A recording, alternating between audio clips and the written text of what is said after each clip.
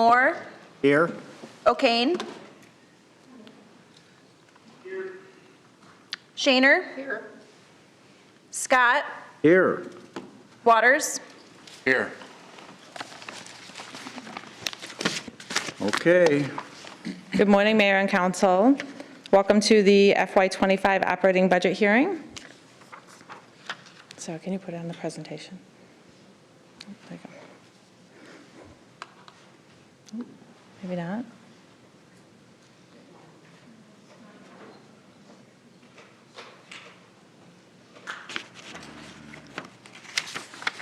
A few of these slides will be repeats from the last hearing, but I want to go over them again, just for the audience for the most part. The budget timeline, we are at this point, obviously into the second hearing, and then we'll have our wrap up. But I wanted to note that this process does start in July, and there's a long process to get to this point. And then in April, we will approve the budget, and then in May, we'll do the budget amendment from the prior year. So it is a long process, but we're nearing the end of the process here. This again is a repeat, but it's important to talk about the impacts. Most of the impacts that you'll see today are impacts on the operating budget.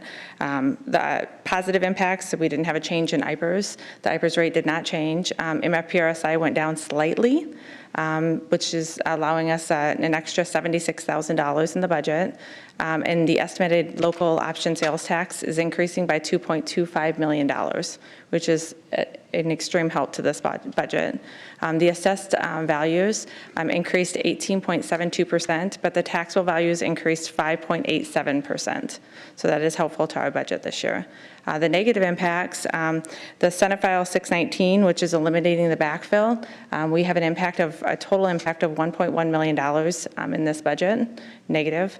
Senate File 718, there's an additional $603,000 of a negative impact. And then the House File 252, which converts the business property tax credit into the permanent rollback. They're already short funds, so we are having a negative impact of $519,000 in this budget. We have fund usages, again, general fund, road use funds. We have a continued subsidy at our airport, and then the health insurance expense that's increased as well. This slide here will discuss the future budget impacts. I think it's important for us to see not only this year, but there are a lot of impacts that will continue throughout the next 4 to 5 years.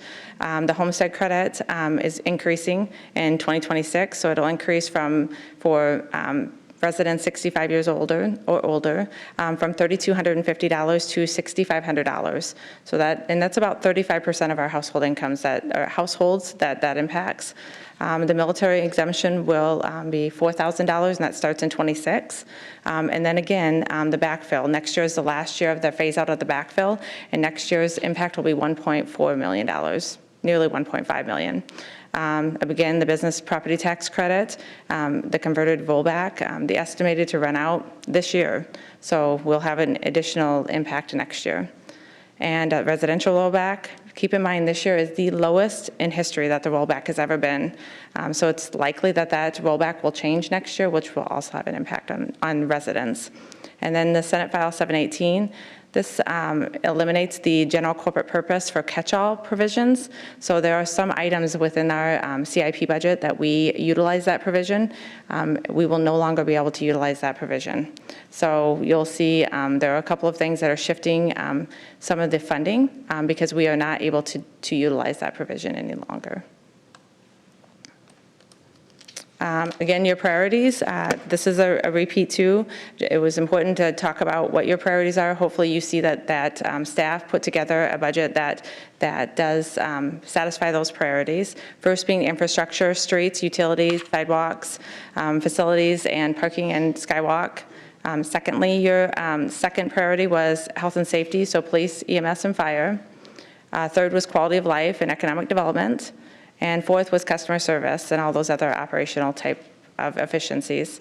There were other items that were expressed as interest, including inspections, planning, and grant writers were also mentioned.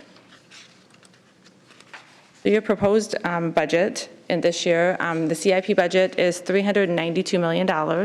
Again, a huge portion of that, 2% of that is our wastewater treatment plant. So that's funded by SRF.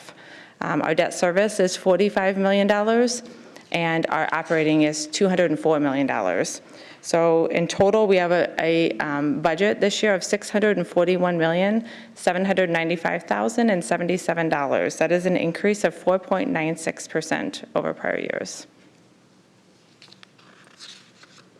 This is just a recap of your total operating budget, so you can kind of see where the biggest buckets of money are spent. As you can see, the largest amount of money is spent in public safety, which correlates with your priorities as council. Utilities is at 18%, and public works at 16%, and that again is one of your priorities too, so that's 26% in total for infrastructure, 6% to transportation, 9% for administration, 5% culture, 10% community development, and Parks and Rec is at 5% of this budget. So the property tax levy, you'll see this year that your property tax levy is increasing, and I put that line there that tells you kind of what our average has been in the last 10 years. So we are seeing an increase to our property taxes this year, and we will probably see those increases in future years as well. Just a need to fulfill the budget.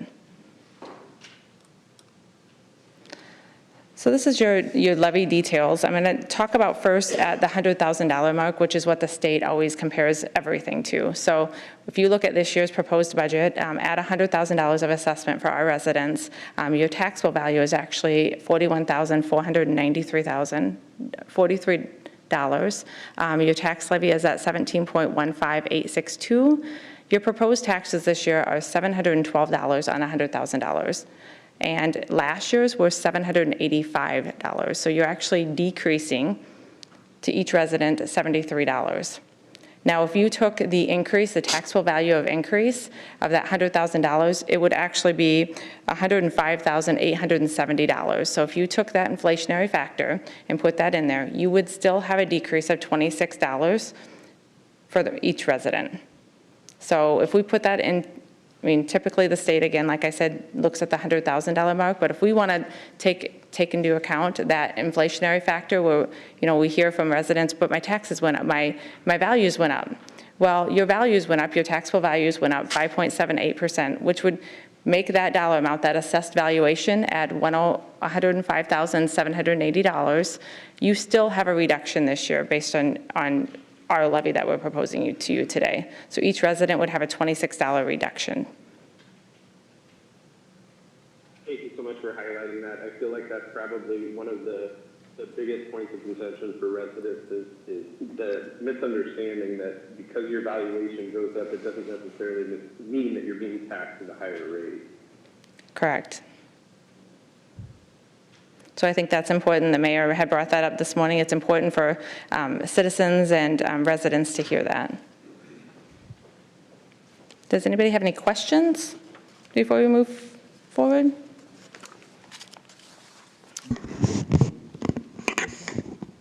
Okay, I think we're ready to move on. Okay, up first, we have the legal department, page 163, Nicole DuBois. Good morning, Mayor and Council. Nicole DuBois, City Attorney. Be happy to answer any questions that you may have regarding legal's budget. I'm going to have this question for every budget today. That levy increase to me is bothersome, so you don't have to answer today, but I would appreciate a memo to the council. If we told you you had to cut 5% of your budget, I'd like you to look, I don't want an answer today because it's not fair today, but if we told you that or asked you for that, I would like for you to at least give us some idea how that would be possible. And that's for everybody here, so I don't want anybody to think they're getting a free get out of jail card, especially Mr. Malloy. His might be 10%, but anyway, and I know that the majority of the council is probably not going to support anything like that, and I probably won't either, but I think we have not asked that of any department for a long time, and I think it's time we really look at. I mean, when I look at conventions in this city, expense of, where did I see it at? $226,886. That's an awful lot of money. When you divide that out by a number of employees, you're talking $3,000 an employee. That's a lot of money in any organization. When you look at a training budget of $500,000, that's $6,000 almost an employee, isn't it? I mean, I don't know where we can spend that kind of money. I just think some of those things, it's time we look at them, because I don't know of any organization that spends $6,000, we got, what, 700 employees? I don't know of any organization that spends $6,000 an employee on training. I can't even imagine how that can be. Well, I would know a lot more context to that number, but yeah. Well, still, okay, say it. We don't, of the 700, I don't know what we're doing for training for people that push snow. I'm sure there's some training, don't get me wrong, like OSHA and that kind of stuff, but $6,000, I have a company that has to do OSHA training every Friday.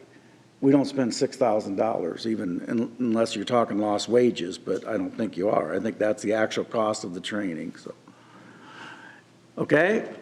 Mayor, could I ask, just to put it in terms of dollars too, about 5% would be roughly 65,000? Is my math correct? Yeah, Just no, roughly? 55, yeah, 65, yeah. 65,000? Yeah, Okay. well, I just that's want, just a shot in the dark. no, I understand. Yeah. I understand. I like the idea to do a review in that regard. I wanted to put it in terms of dollars. Right. For myself. Yeah. About basically asking this department, others will be different, to have a zero increase, basically is what you're asking.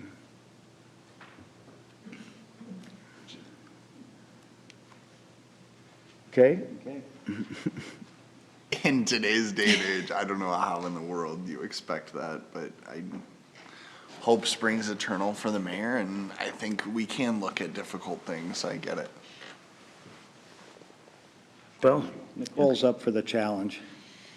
I didn't say that it's going to be possible, but to not look, $182,000 in cell phones, I find that, I understand police officers have to, for security reasons, we have to furnish them, but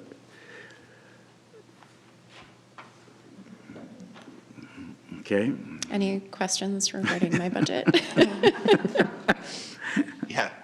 You like I said it being wouldn't go first at very far. first. Yeah, So, you like being none of first you at are first, panicking right? because you Yeah. know nobody's going to support me on this, but that's okay. I'll feel better for myself. Well, we're not saying that we don't support you, but maybe not overall, every department would, be able to achieve that, so. Well, I don't think you can ask one department to do it No. without asking them all to do it, is my point. Absolutely. So for some, it may be attainable, for some, it may be 2% or something like that. I can remember trying to cut costs when I owned my restaurant, and I talked to all my vendors, and I put it on them. I said, I need to cut costs, and I need you to lead the charge in what you're an expert in. I don't want to cut quality, so don't look at lesser food, foods, things like that. But for me, anything that's paper goods, dry goods, ends up in the garbage, things that don't affect the customer or affect the quality of the service we give or the food that we serve, I need you to cut. And I kind of did what the mayor did with those people. I said, "Go find ways to cut this. Find me a cheaper trash bag. Find me a, something like that." So who knows where those savings are hiding? Thanks, Nicole. Okay, Thank you. Art Center, page 85, Todd Behrens. Todd Behrens, Art Center Director. Pretty much just there's a slight cost of living increase in employee expenses, but otherwise just kind of holding the line for this year.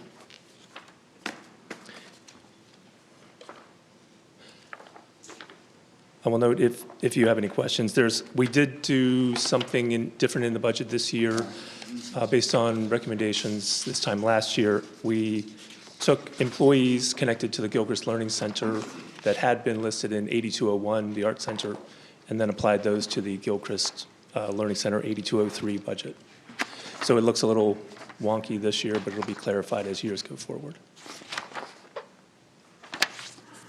Okay, so you'll look around too? Absolutely, sir. Todd, talk to me, is it fairly a wash? I mean, when you're trying to increase programming and offer a lot of different things, but then you obviously have to hire staff to be able to do those different things, I mean, and offer those different programs, is it kind of, not necessarily a gain besides offering more programming, but it's not really a boost to your bottom line? What are your thoughts on that? Well, and it's hard to see in this budget since the programming budget is all from part of the Art Center Association as well as some of the staffing.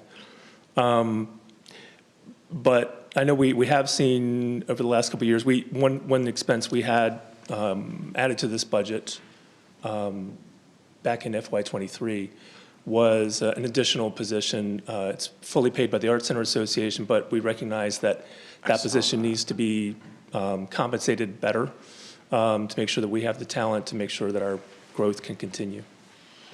Yeah.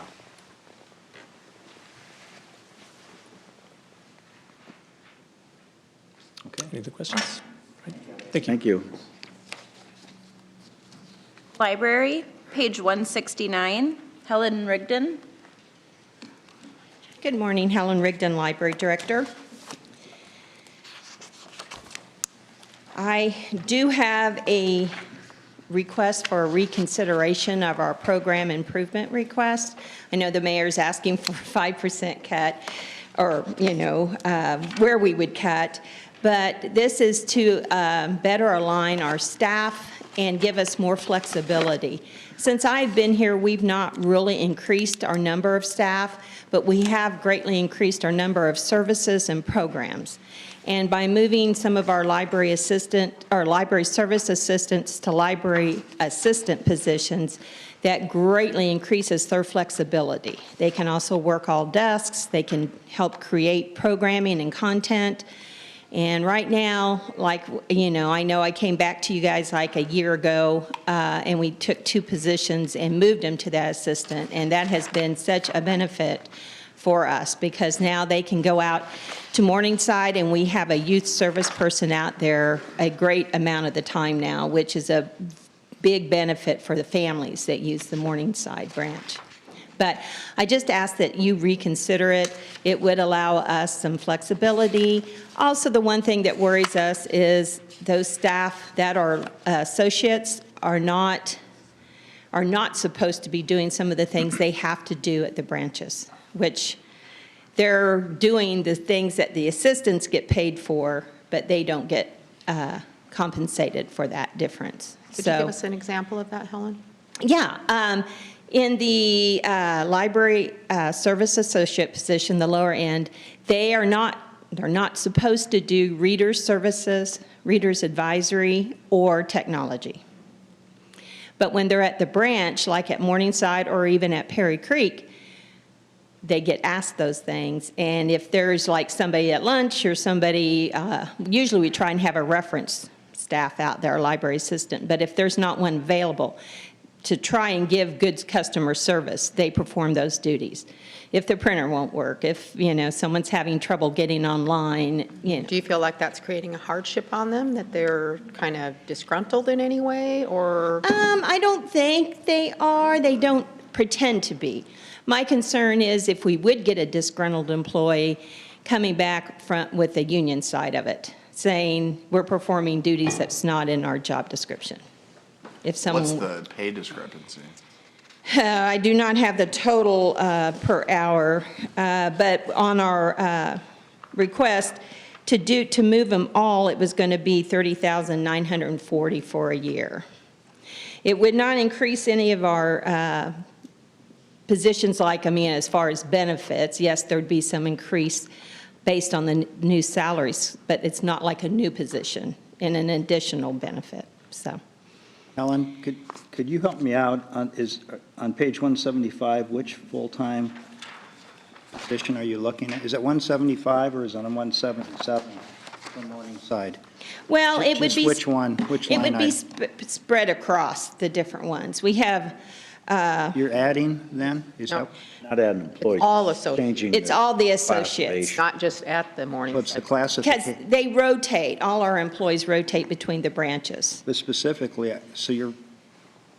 so what's it called then? On A this- library on this- service on this- associate and Yeah. going On this- to an assistant. Right. So I didn't, Dan- I'm sorry, I didn't hear yes. It's a library service associate position. All those staff that fall into that classification, we are asking to move them to a library assistant So position. it'd be four then. It's, FTEs into, it's more than that. I did not bring, I have that back, and I That's don't know just why. at the- I can get that for you, that information. yeah, please. Another thing, and I can send this in the memo to you, we are the fourth largest library system in the state, but we have the seventh lowest number of employees. And we are one of two locations that have 3 locations, so, or more. So, you know, and I'm not saying that, you know, we want to increase our staffing. That's not, we want to just increase it so we can operate better. Okay? Any other questions on the budget? Sorry to get in the weeds on it. I just want to make sure I No, understand that's what your okay. request is. And if you guys have any other questions, you can email me or let me know. Matthew does, I think. So I will say one thing. I do think that this is definitely something that's warranted to bring back to discuss more during wrap up. I would like to see it brought back. I know a lot of this stuff and kind of what the general response has been is, you know, we've got the class and comp study happening. And if we need to examine job descriptions or compensation, really that's where that should fall. But what I'll say about our library is I think you really hit the nail on the head, Helen, in that we do have a massive library system, and it's few people that are really truly moving mountains. And when I hear people talk about it, especially other department heads, you tend to be the standard for departments. And so I think we should at least talk about getting you the support that I feel like you need. Thank you. And I'm not saying you guys don't support the library already. That was proven over the last couple of weeks with some legislation that was going on. But this is just one way without us having to increase our number of actual staff is to try and make it easier for us to have that flexibility to add more services. And we appreciate that because at the end of the day, we'd much rather retain an existing staff member and make it easier for them to help support our library system than, you know, expand the number of staff members that we have and have to worry about recruitment efforts and have to worry about hiring costs and training as well. Helen, you'll be open to looking at the 5%? Yeah. That's good. Thank you. I mean, I'm open.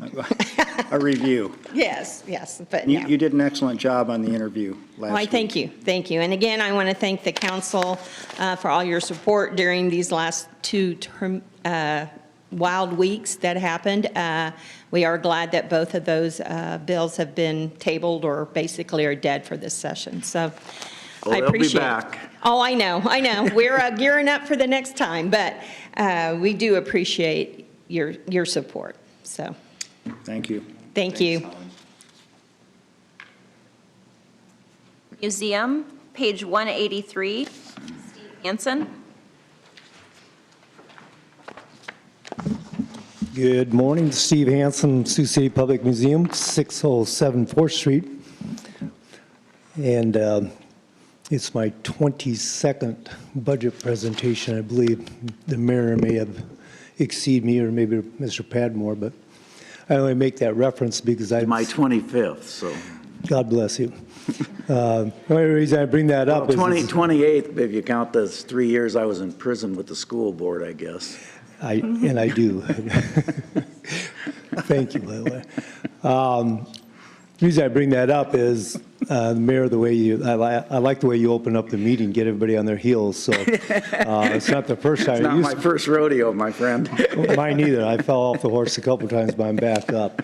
The 5%, for a while, previous city manager, Mr. Padmore might be able to attest to this, but it seemed like every year we were asked for 5%, a couple of years, what would you do with 10%? So That's been permanently implanted in my brain, so I have the easy answer for you today, and that would be employees. That's the bulk of our deal. Through the years, part of our budget requests that we've had, like budget improvements, any budget improvement we asked for was declined this year, and that's fine. But the bulk of our budget is in the salaries and the benefits and utilities, our physical structure. So that's where you have to take it from. I would say that some of the things, if I would put it, I mean, the skywalk, we get assessed part of that, but from a practical standpoint, the museum skywalk usage is minimal, but I get being part of that, but it's a pretty significant part, and somebody has to pay for it, so if it comes out of our budget, fine. Those are the things we look at. So other than that, Mayor, I don't know about the training part of it, and maybe Sarah can do it, but I don't even think we have $1,000 in our budget for training. Our association picks that up. One thing that's not reflected in our budget, and maybe that's on me, is what our association does kick in. You'll notice in our budget, we can't cut exhibits and education out of the budget because it's not in there. The association pays for that. The association contributed about $250,000, $300,000 last year to museum programming and exhibits, the sports exhibit, the web page. I think you mentioned the phone system. Actually, the museum, 607 4th Street, part of our capital campaign, you'll notice there's not a line item actually for the downtown museum for phones. There is at the boat, but that was one of the in-kind contributions at long lines. So we're pretty thin on where we can cut other than salary. So that's my answer on that. The budget, I think, is pretty status quo. When we moved downtown, when we had that capital campaign, we said all along the only thing we would ask for is we knew there'd be an increase in maintenance because it was a much larger facility and utilities, and that's kind of, we've held the course on that. So that's where we're at on that. I think it's a pretty status quo budget. So questions? Steve, also an important part of the equation for you are the number of volunteers that you have that contribute so much of their time and talent to the museum. So you do a great job.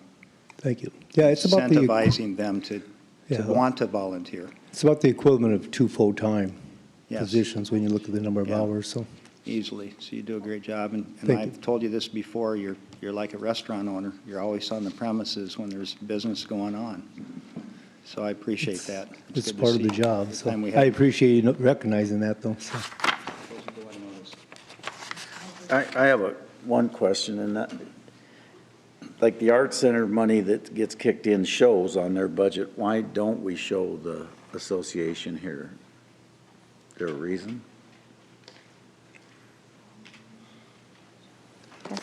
We don't. Do they pay it to the city? We mustn't receive the revenue. They just take on the cost, correct? Correct. But that So we don't take So it on the doesn't cost and then accrue. get a reimbursement. Yeah, I So that's why we don't. kind of fair reflection between the Art Center and the, I think, I mean, even when you look at our organizational chart, when you look at front desk operations, those front desk attendants, those are paid by the association, so you don't see them on the complement necessarily. So it's a good question. I mean, it's, so they pay them directly, they don't pay, they That don't is get city correct. W-2s? that is correctly. The Art Center does. Huh? The Art Center does. They're city employees and they're, No, I understand that. But I don't know how you're gonna get away with that if something happens, but okay. They're all part-time employees, so they Okay, don't get IPERs or yep, anything. okay. Any questions? No further Appreciate it, questions? Steve. Thank you, Steve. Appreciate it. You bet. You didn't ask for this. I do want to put out a little shout out. I know you discussed Skywalk security, but this group has been really responsive to our needs, as has the police department, but we've seen an uptick like other people downtown. And met with the Skywalk people, and they said, contact us first on those things, and they've been very quick, and we haven't had huge problems. It's basically removing people, asking people to leave, and then we've had to call the police department, or they've called the police department, so we're not immune to that. We've seen an uptick, and I know one of the things you're talking about is a Parks and Rec security guy, or whatever you want to call him, but, you know, we see it down the riverfront, but we certainly see it on the fronts, and we'll have it inside our atrium area, our vestibles, so they're doing good work on that, and I do appreciate their response time. Our staff, sometimes we've asked people that had to nudge them along, but the system seems to be working as far as that goes, so I appreciate that. Thank you. Thanks, Steve. Thanks, Steve. Wick Communications Center, page 297, Wendy Hess. Good morning. Morning. Wendy Hess, Communications Center Director. So our budget is pretty much personnel. I kind of went through line items.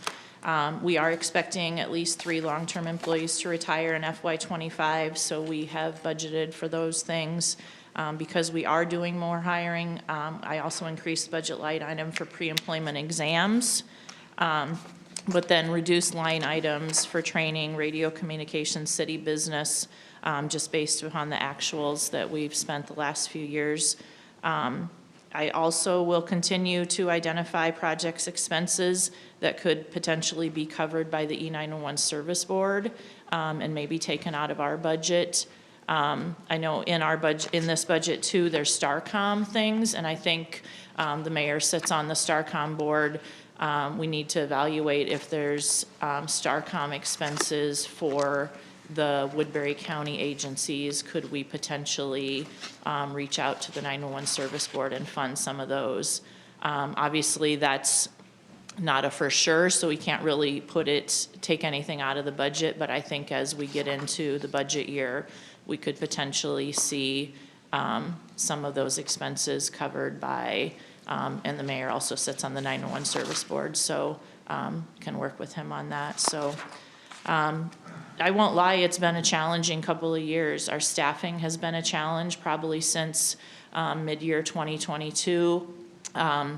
So we're just trying to plug along and keep people hired, keep people in the seats and do what we can. So as of right now, we're fully staffed, but those new employees are not fully trained.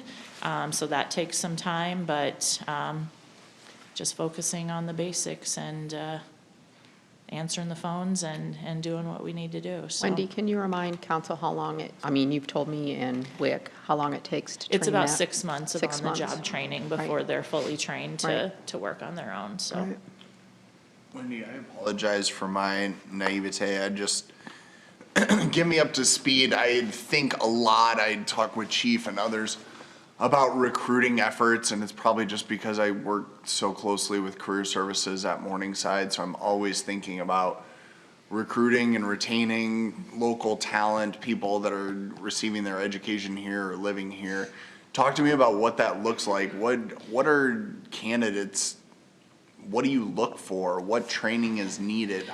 Obviously, there's not like a degree necessarily, so it's... And a lot of the people that we've hired that are the most successful, they have very diverse backgrounds, so there's not like a perfect candidate. We have a great relationship with Anthony Gall and the High School Career Academy.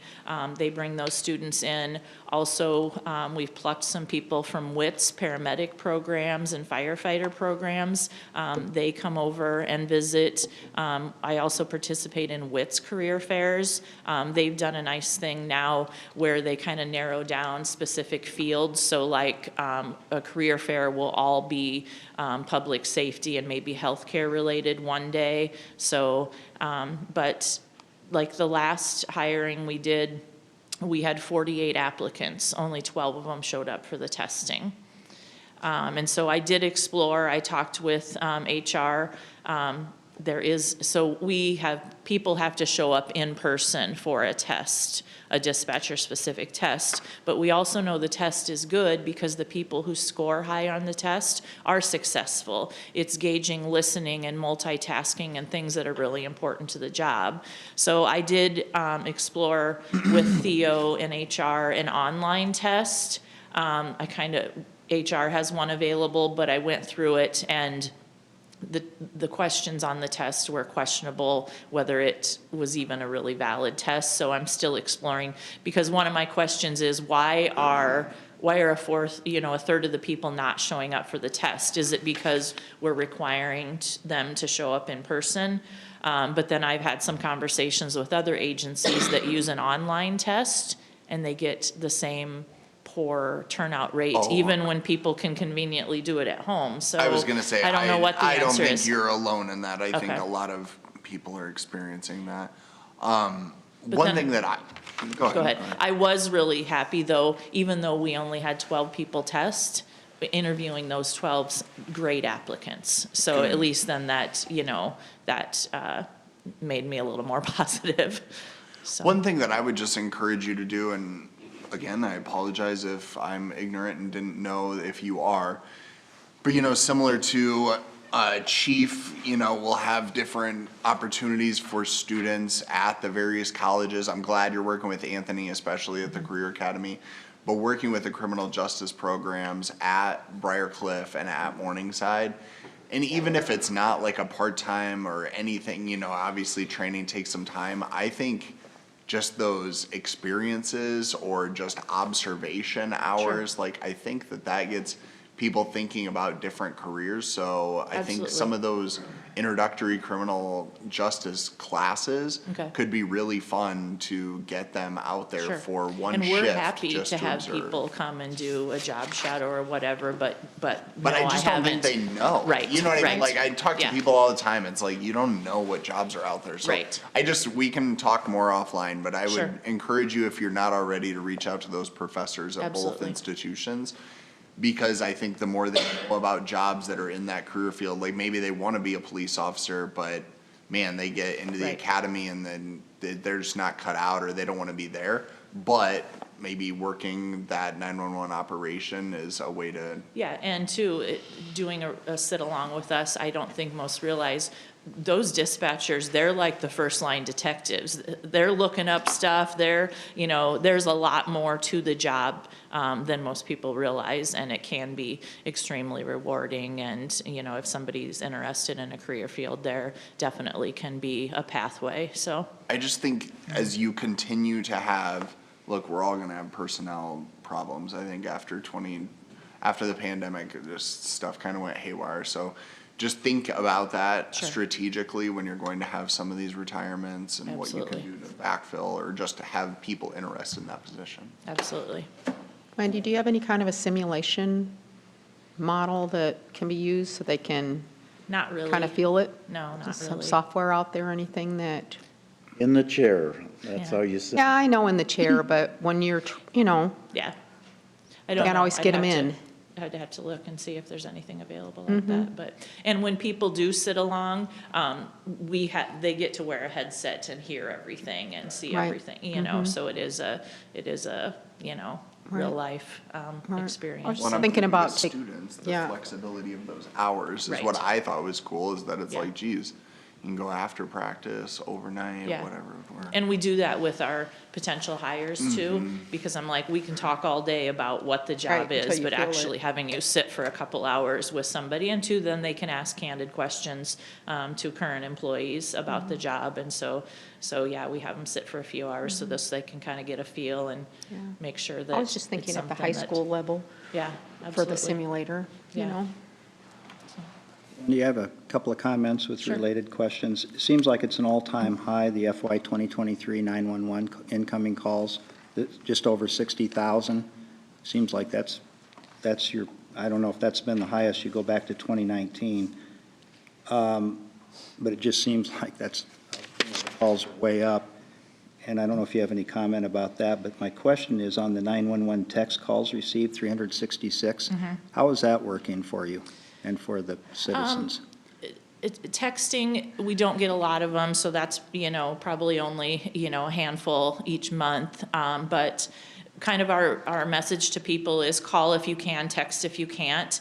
It is a very slow process to gather information from somebody who's texting 911 versus a voice call, but it is also a huge advantage to somebody that's either hearing or speech impaired, because, we are required by the federal government to have the telecommunication device for the deaf. Well, I think we all know that's not the technology that people with a disability are using anymore. They're texting their family, and so now they can text 911. So it works fine, but like I said, it does take longer to gather information. I don't know what kind of questions you have about it. It's Whether it's been successful. yeah, it's successful. With the experience of the 366. Yeah, absolutely. And then those messages, it's just like a text conversation you would have on your phone. It displays on the computer, and they can type messages back and forth. But like I said, it's a slow process. Someday down the line, that will probably include pictures and video. We're not there yet, but that's where 911 is going someday. So.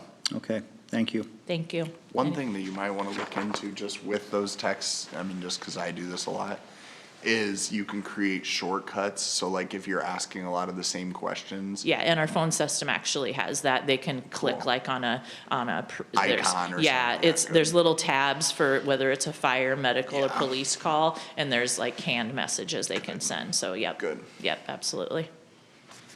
Well, I think the one thing we have learned is that there are lots of expenses that we traditionally have asked the taxpayers to pay for, but could qualify, and now that we've talked about it, but now that E911, everybody has pretty much what they need, I think, or want, that we do need to begin, because Starcom, I don't understand why it even exists, I never have, but it benefits all the area, rural fire and everything else. There isn't any reason that some of those costs are paid for by taxpayers when they should be paid for out of that fund. So Absolutely. yeah, whether you can cut your budget or increase your revenue, it's the same thing to me, so. Right. Yes, definitely we need to All righty. evaluate that. Thank you. Anything else? Thank you. Well, it's good to hear you're full strength. That's taken a while. Good for you. Wick, IT, page 301, John Malloy. Mayor, council, I wanted to point out, I think the mayor and the city manager and I all share our 25th budget presentation this year, so. How many is this for you? 25, yeah. 25. 25, yeah. So I don't know how lucky one guy could be to share that number with you, but. It's just like Christmas in July every day for you, isn't it? There it is, there it is. I hit all the lights on Hamilton too, so this is a good morning. Yeah. Yeah, you must be in charge of wire and nose the way they work, so. Right. Everybody else is up about 5%, you're up about 7%. Is there a reason? Yeah, IT, again, I'm biased in my viewpoint, but IT is a multiplier. We do our job well, we multiply what the effectiveness of what the employees can do. And if we don't do a good job, I think we have a opposite effect on what they do as well. I know my commission pointed out to me, you mentioned training a couple years ago. We had a severe lack of staff taking training, so that's been a point of emphasis for me the last 2 years. And I noticed when we were down 18% of our workforce 2 years ago, my new people, and I got a star from Morningside, thanks to Alex on my staff now. Training's been a difference maker, and I believe in retaining him and growing him. So, He's really sharp. Yes, he is. So again, I thank you for that, Alex. He's made us better. And Did he start as an intern? No, he did not. Okay. Did you say Alex made you better? What? After 25 years, I don't know if that's possible, but. might have reached your goal. So anyway, that's a success story for us.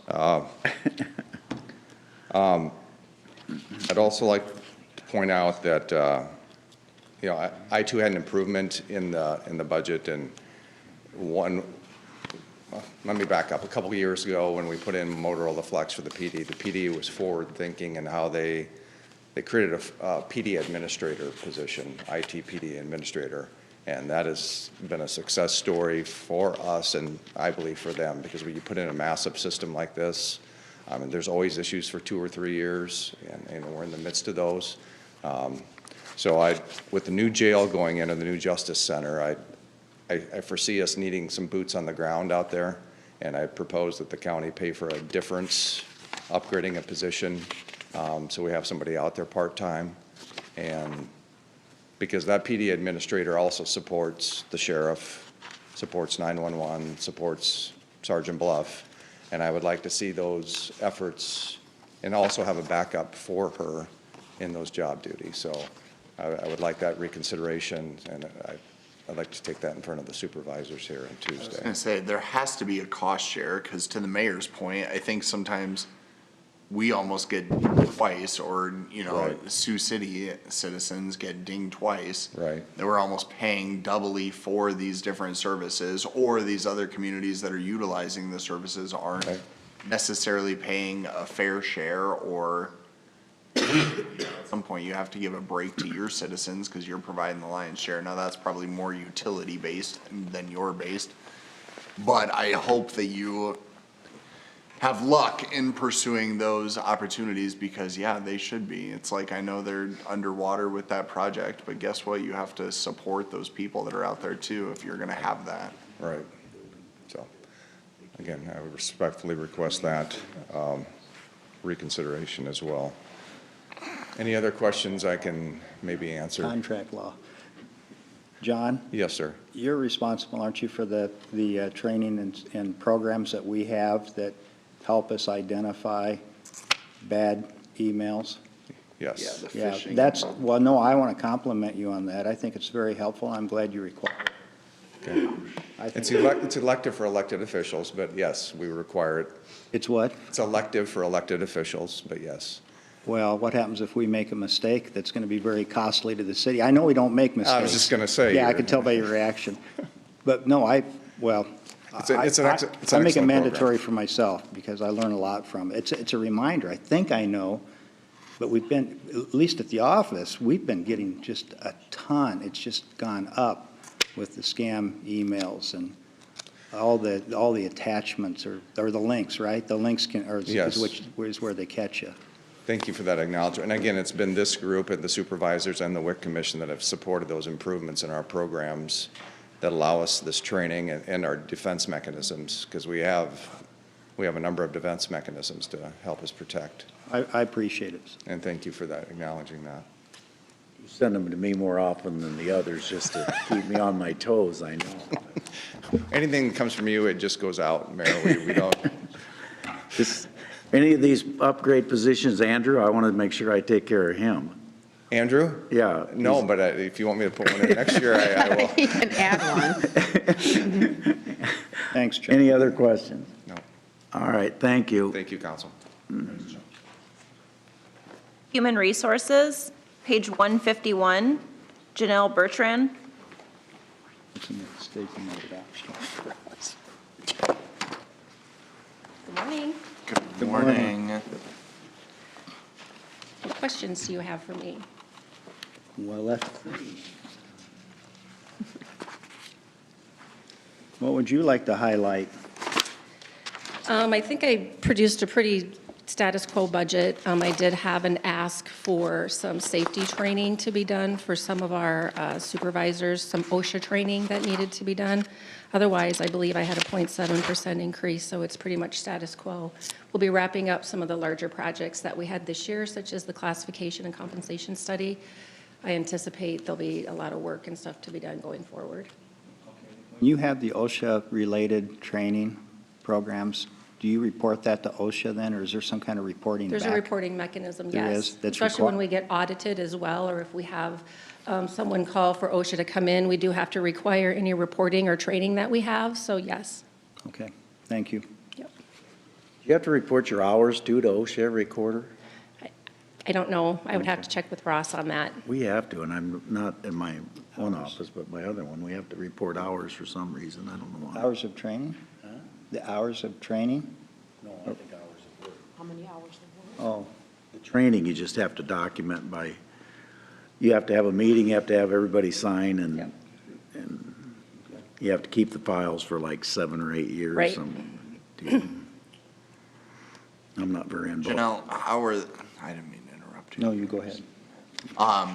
And I think you updated me, but now I'm forgetting, where are we at with that civil service possibility? I mean, did we get any traction with the legislature of the possibility of making changes to civil service? None that I have seen. Co-workers of mine throughout the state of Iowa, there were other HR directors that had been working with their legislators as well. And I thought there was someone, a legislator, I can't remember the city or county, that had drafted some language. But the language that is in front of the legislator now is very different than what we were proposing. So we will continue to work on that for hopefully next year. We can get that in front of them. And now when a union is up for an election, we have to send them a list somehow? Have you seen the latest bill? No. The latest bill is that if you don't comply with that, you're subject to Yes. sanctions. If they don't vote and recertify? No, if you, I think you have to furnish a we have to list. furnish the list of all eligible Voting members, we voting do members. that. And we do that already. Yep. Right, but some cities must not be, Right. Employers can choose to not submit the voting list. but not anymore. Okay. No longer an option. Well, it's going to pass because We God forbid always that have you done. would ever act like you cared about unions with this state legislature, but yeah. Yeah, we do that every time a collective bargaining agreement is up for, when they expire.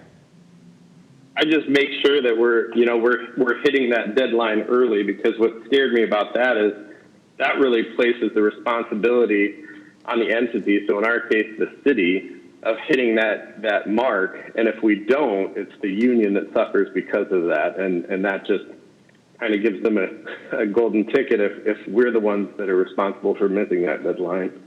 Right. No, we are very aware of the deadlines, and we have met them every time. That bill made it through the final date? It's through the funnel, yeah. It's going to I think it's going to the floor this week. I just read it yesterday. Okay, thank you. Janelle, one last thing. I'm constantly trying to think about hiring and positions and getting good people in good positions and what we can do to be proactive and try to streamline some of these processes, which is why I think I just get frustrated with civil service, not that I even understand it fully or why in the world we need that. But one of the things that I know it seems might be brought up as far as the budget thing is the internships and some of those programs. And I know you kind of manage or work with those in different departments that are interested a little bit, right, to some degree. And so one thing that I would say, I'd asked for some feedback of how that's going and really what we could do to improve that relationship with different area institutions where we're recruiting interns. And the one piece of feedback I got overwhelming, it was a very positive, it's always been a very positive experience. The one thing is just making sure that departments know, that that's a possibility if there's a good position. Because that is one of those things where, look, everyone's operating lean. Right. If there's a position that could really benefit from an intern, letting them know, but also giving students a unique experience similar to 911 that they might not know is there, so. I can speak to that. It's actually budgeted in the city manager's office. We have city manager intern. I think it's gone extremely well. We've used them.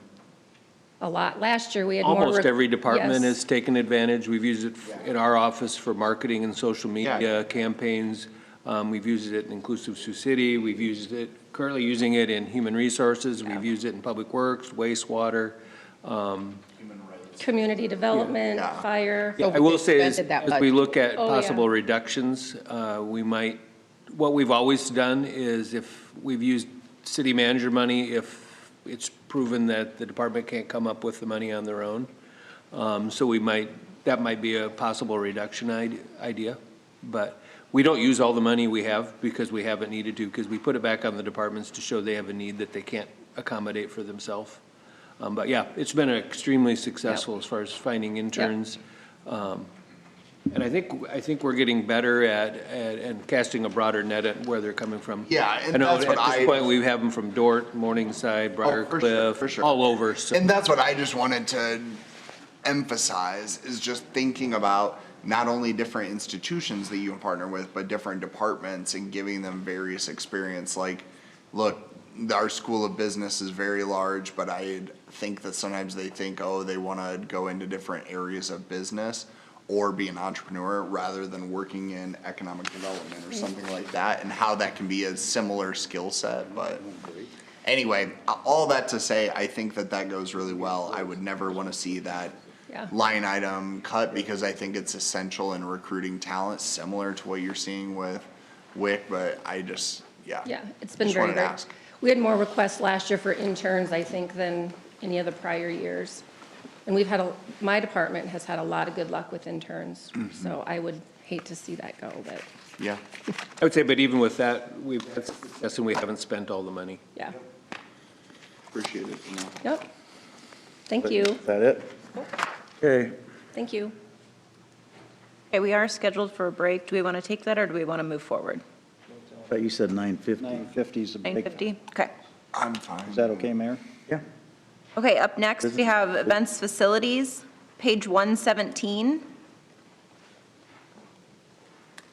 Bob, you're going to spend a message about the 5% to everybody, right? We don't have to keep. Weren't here. No, I think you should keep bringing it up. I think that's great. I think you should. 5%. Yeah, But Good yes, morning, I will, Mr. Mayor, too. Council. Morning. Good to see you guys this morning. The only major note I have is the primary difference in our operating budget from last year to this year is the sunset of our naming rights deal. Generally, from year to year, we try to budget for a little bit of an improvement, which we've done. But the main difference is that we've lost the $200,000 a year from the naming rights deal. So it's $184,000 difference from last year, which again represents about a $15,000 operational improvement over the previous budgeted, this current budgeted fiscal year, if you don't include the $200,000 for the naming rights.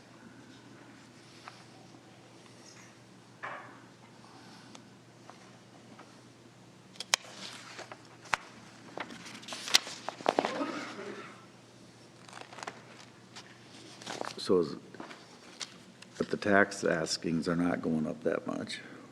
Am I on the right? Other areas went down, That's what I mean. yeah. So like events. Just so you know, I'm asking, the rest of them aren't, everybody to look at their budget and see if we were to ask you to take a 5% cut, where would you end up doing that? And you're not asking for an answer today. Okay.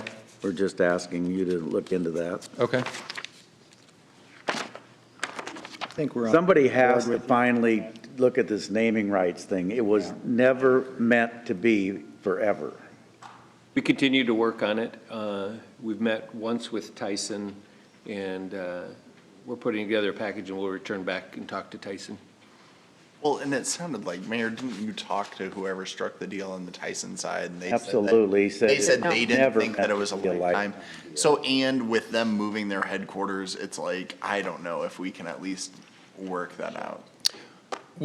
As City Manager Padmore mentioned, we have had a couple conversations with Tyson, and we do think that there may be a path forward to try and rectify that. So that's in progress. Well, you can't find an arena in America that has lifetime naming rights. You can't show me another deal other than this one. And the guy that negotiated it for Tyson said it was never his impression that that was a lifetime deal. So. And honestly, like, if I were you, I would prioritize that. You know what I mean? Like, for me, because it's like, geez, if you can switch that over or find a path forward to go out and find a different one or do something. I mean, look at Seaboard Triumph and how, that team was able to secure that naming rights and what that can do. And yeah, that would be my priority, but. I mean, I appreciate what Tyson did because there wouldn't be a Totally. there today. Yeah, for sure. But that's not, it's just not the way those work. And it's been 20 years, I mean, it's. You don't know the half of it. Hockey and football have to give them tickets for every game besides, and they get nothing for that. So- And they probably don't utilize it as much as they should. Huh? And they probably don't utilize those tickets as much as they should, or maybe, do they? Well, they did. I don't know now that they've Yeah, lost all. That's what I was gonna say. Yeah, they do. And what I always liked is you got the 200,000 and then. Yeah, I like that, how you can make deals for the teams, but anyway. That whole conflict of interest thing, But it wasn't a conflict of interest. I wasn't on the council at that time when they made that flaky deal, Okay. so don't tell me about that. Yeah, I wasn't in that one either. Could I ask you a question? It's Sure. probably going to be silly on my part, but I've been known to do that. On page 123, under the managed, 740-8745, payment to other agencies, FY25, it's 1.2 million. What is that? That's actually us making payments to them that's their management fee, their settlements, and their capital. So that's funding their facility. They make requests from us. The other agencies part threw me off. Oh, yeah, it's because the city is paying to a different agency, which is them, to run the facility. But you're still taxing for it. Okay. Yeah. All right. Thank you. Don't you love when an answer comes that way? Making my job easy this morning. I would think that now that you've taken over the convention center, that you're going to cut that so much that we'd actually be asking for less taxes rather than more. Quite possibly. That'll be a top priority. It's not reflected in this budget. I want to see it reflected in this budget. They haven't even taken over yet. Yeah. Well, they were not in place when the entering of the budget occurred, so there could be some adjustments to the budget, but we aren't sure what that is. Yep. Well, this takes- starts in June, pal, July, so. But once Nick and his staff take over, they'll reevaluate, and, but we can't adjust the budget because at that point. They're preparing a budget. They're preparing a I budget. think you got a conflict of interest. You do a better sales job than he does for these guys. Sell the city, Mayor, instead of cut them down. All right, anything else for him? Just don't forget about our 5% request. okay? Understood. I thank you. Understood. Thanks for all you do. Thank you, appreciate it, thank you. Police Department, page 219.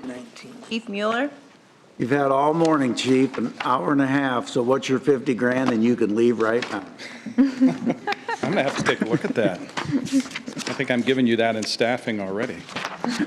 Good No, morning. I think we've done pretty good trying to keep you in staffing. It hasn't worked, but. It's just hiring. That's been our problem. Good morning. Thank you, all council members, for your ongoing support.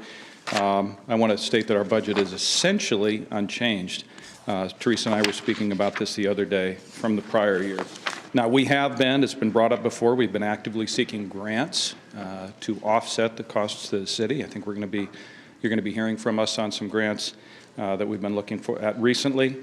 And as you know, this year has presented a lot of challenges. A lot of it is in staffing, and I have to commend our officers and staff with the way that they've responded. They've really sunk their heels in and done a great job responding to that. Now, moving forward, I think our challenges are going to be recruitment and retention, just like Wendy spoke about, just like I'm sure Tom is grasping, and beyond that, an emphasis on training, and then just maintaining services. We have less staff, but we're trying to maintain the same level of services, which is why, again, I have to applaud that. But we've been deploying every strategy under the sun to recruit and retain personnel, and I think we're seeing the fruits of our labor in that area. Obviously, maintaining those services is our current priority, so if I can answer any questions about the budget, I'm happy to do so. Hey, I'm gonna jump in really quick because you just mentioned training, and that was a topic that's come up a few times over the past month. Is across the street, the federal building, and some of our officers receiving federal training. And as I understand it, originally we were partnering with Homeland Security, and I don't have all of the information, but it sounds like they have divested some of their interests in our area.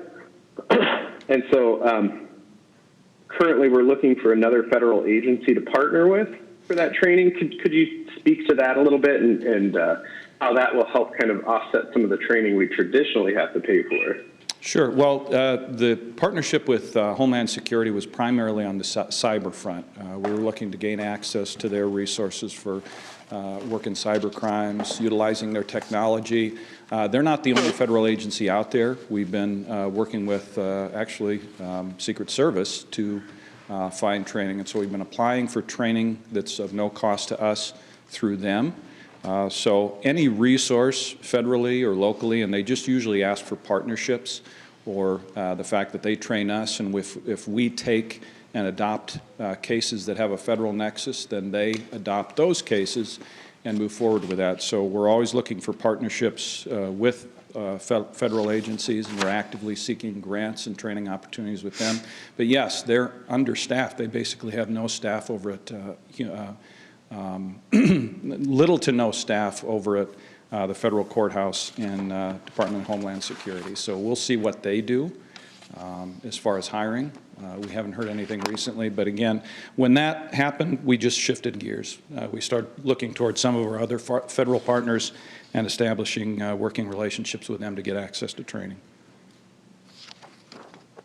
Well, thank you for pivoting with that, because that is a huge benefit to our community.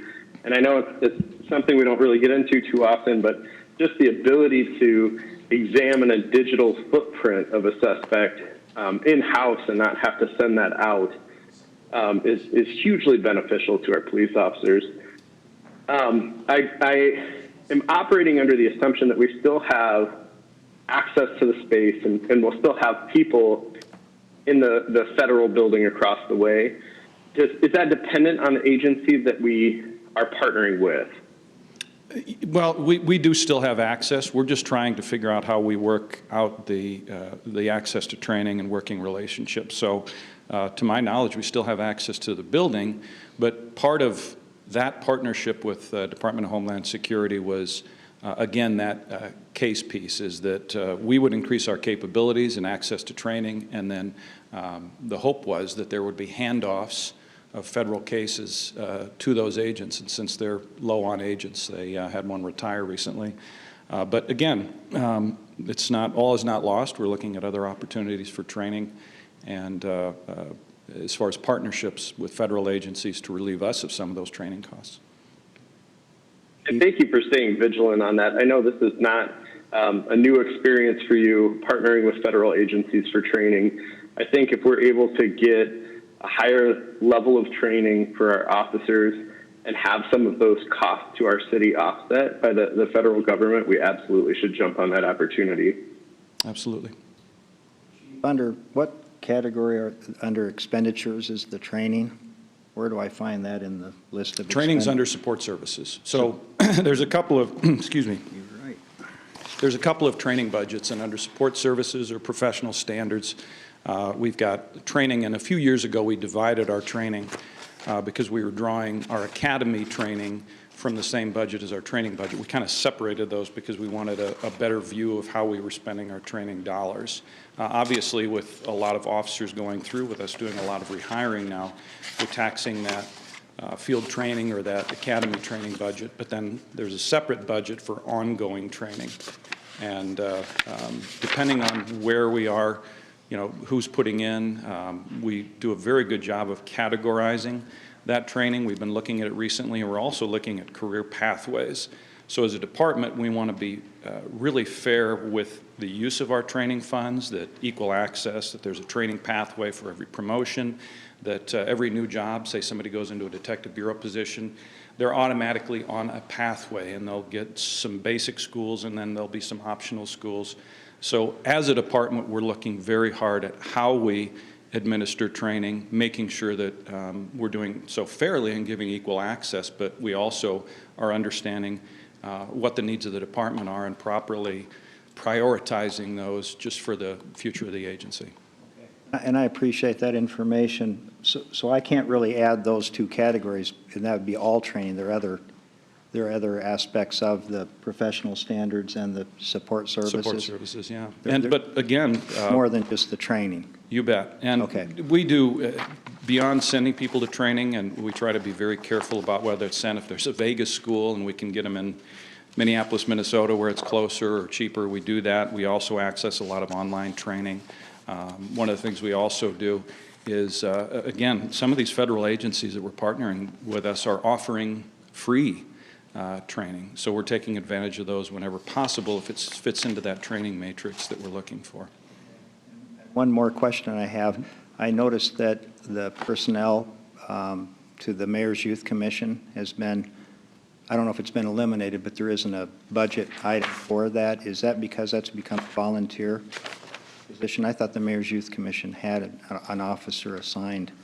Oh, no, we're never going to stop our involvement with that, but it wasn't, we had a representative. The Mayor's Youth Commission budget was just their monetary budget for their travel, their activities. It was a very small budget. That budget's being moved over, I believe, into the council budget. So, but no, we're not going to stop involvement with the Youth Commission. So we'll still have a part in that. We'll still have, it's the Youth Bureau Sergeant that was assigned to that. But my mind at ease about that. There is still a portion of Mayor's Youth Commission that has its own department division inside of PD, and they get $4,000. But there is a contribution that comes from the city manager's office as well. 4,000 is still in there? Yep, it's in there on page 238. Any other questions for the chief? Yes, I have one. Do we have any intentions of pursuing the LPR cameras that would assist the city? Yes, and a lot of that, so right now, there is some private LPRs in town. What our concern is, and we were actually, right now the state is kind of lumping LPRs into ATEs or automated traffic enforcement, so we're unsure where that's going to go. License plate readers. License plate recognition cameras. Yeah, so that's kind of being, some of that to some degree, we're seeing a lot of language on LPRs lumped into the ATEs. So we're monitoring that. Depending on how that comes out, automated traffic enforcement comes out, we think that's a positive resource, but what we're also looking at is some of the automated traffic enforcement companies out there actually have LPR capabilities. So rather than just putting in LPR cameras, you have ATE cameras that can also have that capability. We did look through, again, we're looking outside as much as we can for funding. We recently went to HIDA to try to find some, there's some discretionary funding in HIDA. We were hoping that they would fund some locally. We didn't get that discretionary funding. So we've been looking to other and outside resources because a lot of these grants are non-supplanting. So if we have it already, then they're not going to want to pay for it. So we're trying to find grant funding or other ways that we can get that LP capability. And just the ones in South Sioux, we've seen an increased capability. We've gone to them, and they've been able to provide really crucial information on homicides, crimes of that nature. Solved a scammer crime where people were getting taken for thousands of dollars, and their camera found the party and. Yes. So we have a captain that's very passionate about that. Captain Bertrand's been working on that. He reminds me weekly of things that might be available to us, and he's working with some of our staff to see if there's grants out there, if we can try to find that.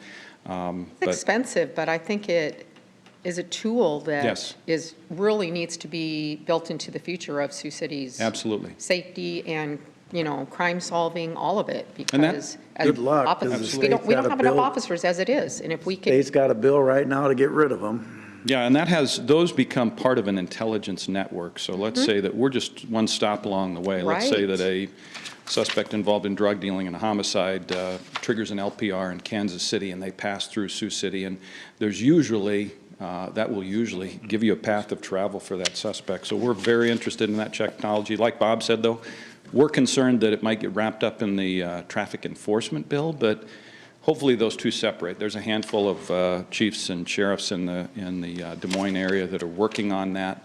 I think some of the concerns are how ATE or traffic enforcement is run throughout the state and standardizing that, same fines, same, just the same way of doing business, which is totally reasonable.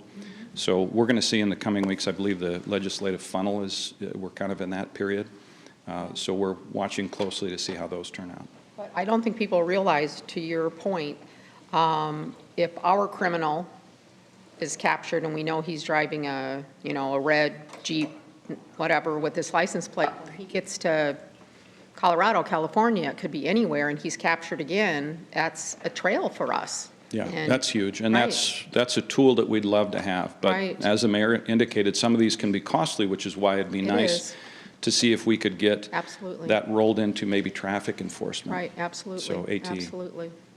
Well, it's very interesting. I've talked to Captain Bertrand about it, and I just, He's kind of passionate about that, isn't he? a little He does bit. He but does a good job. Well, he it's, really gets a great education on Yes. what a wonderful tool that can be. And Absolutely. how valuable it will and be. he's absolutely right. Just the South Sioux City cameras alone have been a Right. boon for criminal Right. intelligence for us. Right. Well, but the state, what worries about Big Brother, but yet they want to tell us what books to be in the library. And with that, Chief, thank you for coming today. Thank you, My Chief. pleasure. Further, because I'm never politically correct, so today would not be the day I should try to be. I appreciate that, Mr. Mayor. Thank you so much. All right. Yep. Yes, We you also- may. Yep, we also have the Mayor's Youth Commission here that wants to make a request today.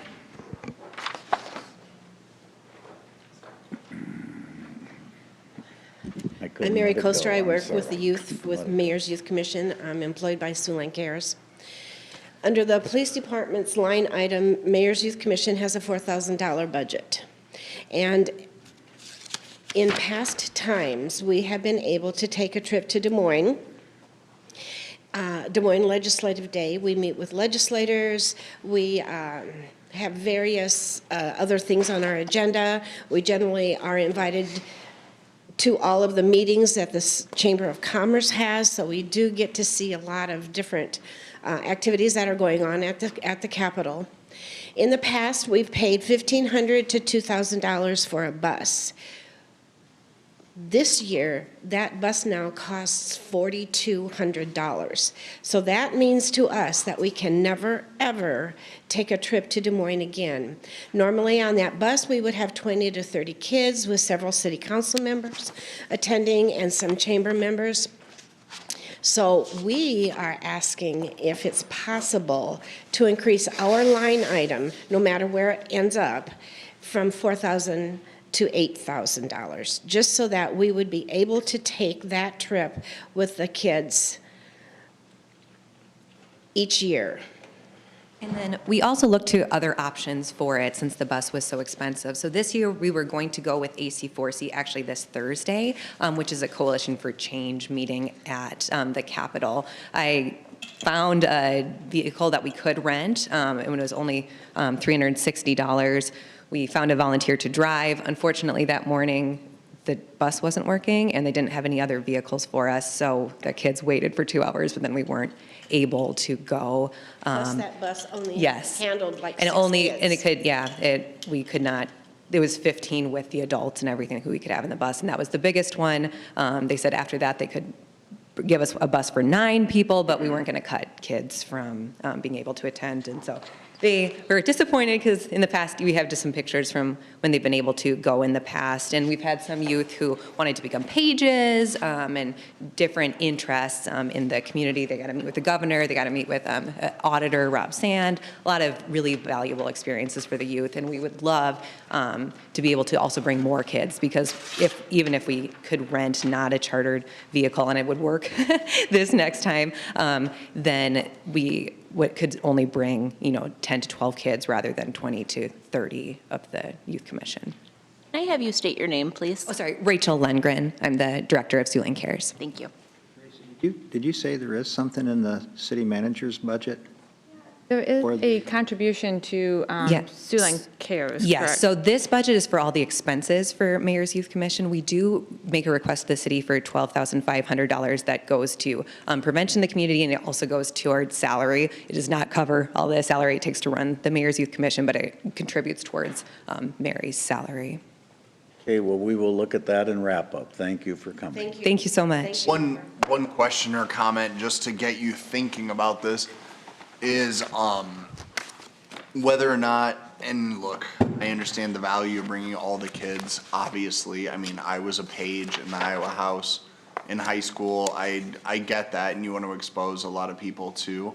One way to maybe reduce costs would just be having your officers, and then, you know, that's an opportunity that hopefully then people would aspire to be officers or, you know, the executive council. Well, we do have 180 kids that we work with. So it is, we do choose where you 20 bring or it down. 30 I of got them. you. I got you. On- To where you on the already big whittle bus. things down. I get it. Yeah. Because what I was wondering, and I don't know how you would do this, because the rooms aren't big enough and you'd have to do somewhat different programming.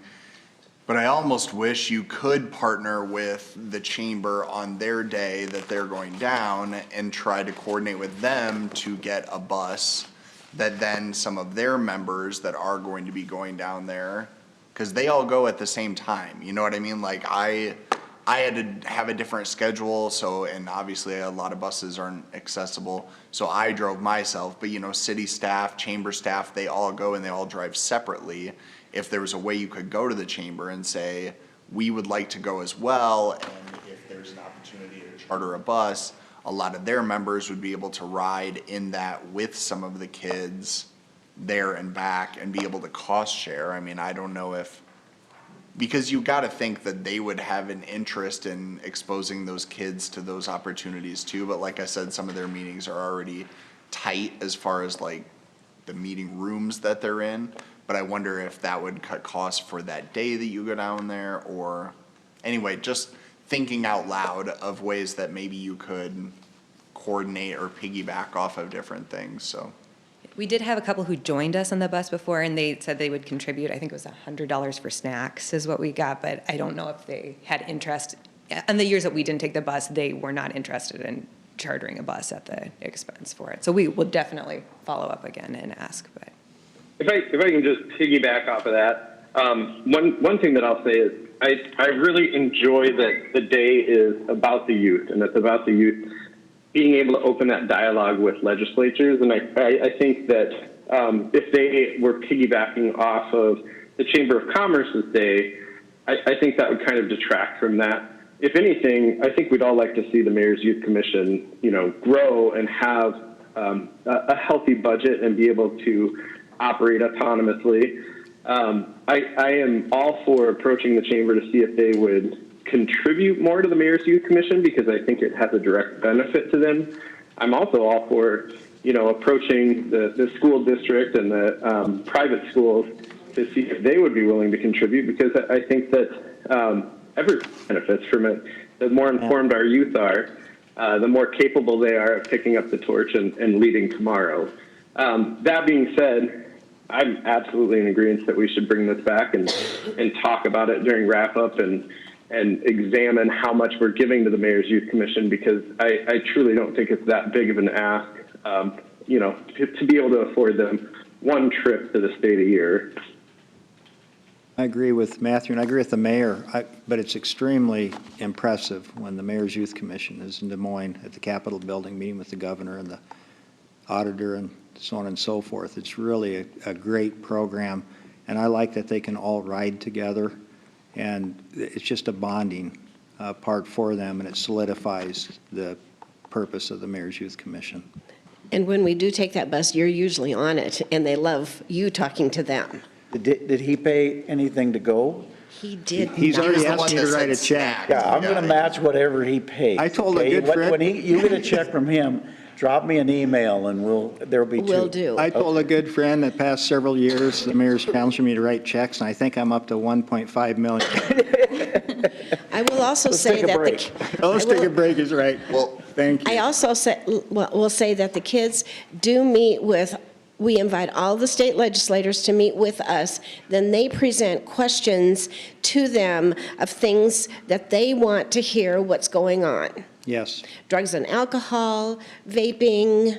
last year we had a really Yeah. good, sorry, last year we had a really good mental health discussion. I was gonna say bullying. And thank you, yeah, and thank you for that, because I really do get energized by the youth and how smart they are and how in tune they are with the issues of the day. So I have a great time.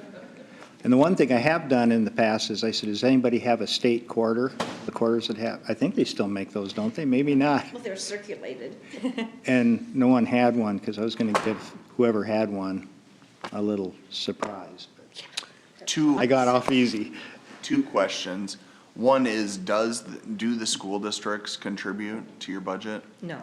Of course not.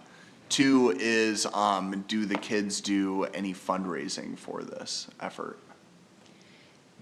They don't do fundraising specifically for Mayor's Youth Commission. Some of the volunteer opportunities are around fundraising for things within the community, but not for their particular supplies budget. But the kids do help with the Siouxland Cares 2 major fundraisers, which is a tulip bulb sale and a wiffle ball classic. And so the kids do help with those because those are Siouxland Cares fundraising events. And then that, we put that from our budget toward Right, what there's we not just a spend on. campaign, though, that says, Yeah, not donate for specifically this or for- buy Buy your this. tulips. Yeah. Get your order in. Amen. Okay. All right, thank you very much. We will bring it Thank back. you so much for all your support. No doubt. Bring it back. Okay, we'll take a 10-minute break. Chief.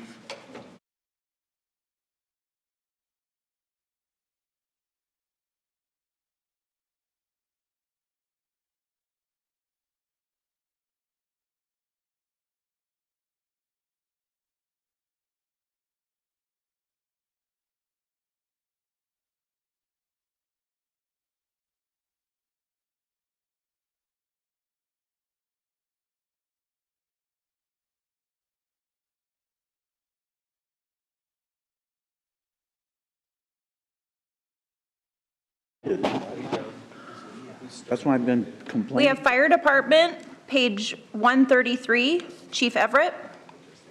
Good morning. Good morning. Morning. Tom Everett, Fire Chief. So we saw, like everybody, a 5.1% increase, and you know that our budget is 89% employee costs. We did see increases in service supplies, some insurance cost increases. Some of the things that I think that we might be able to realize some savings is the staffing changes that was recently implemented. I think over time we'll see some overtime decreases, some training and testing and supplies costs that decline.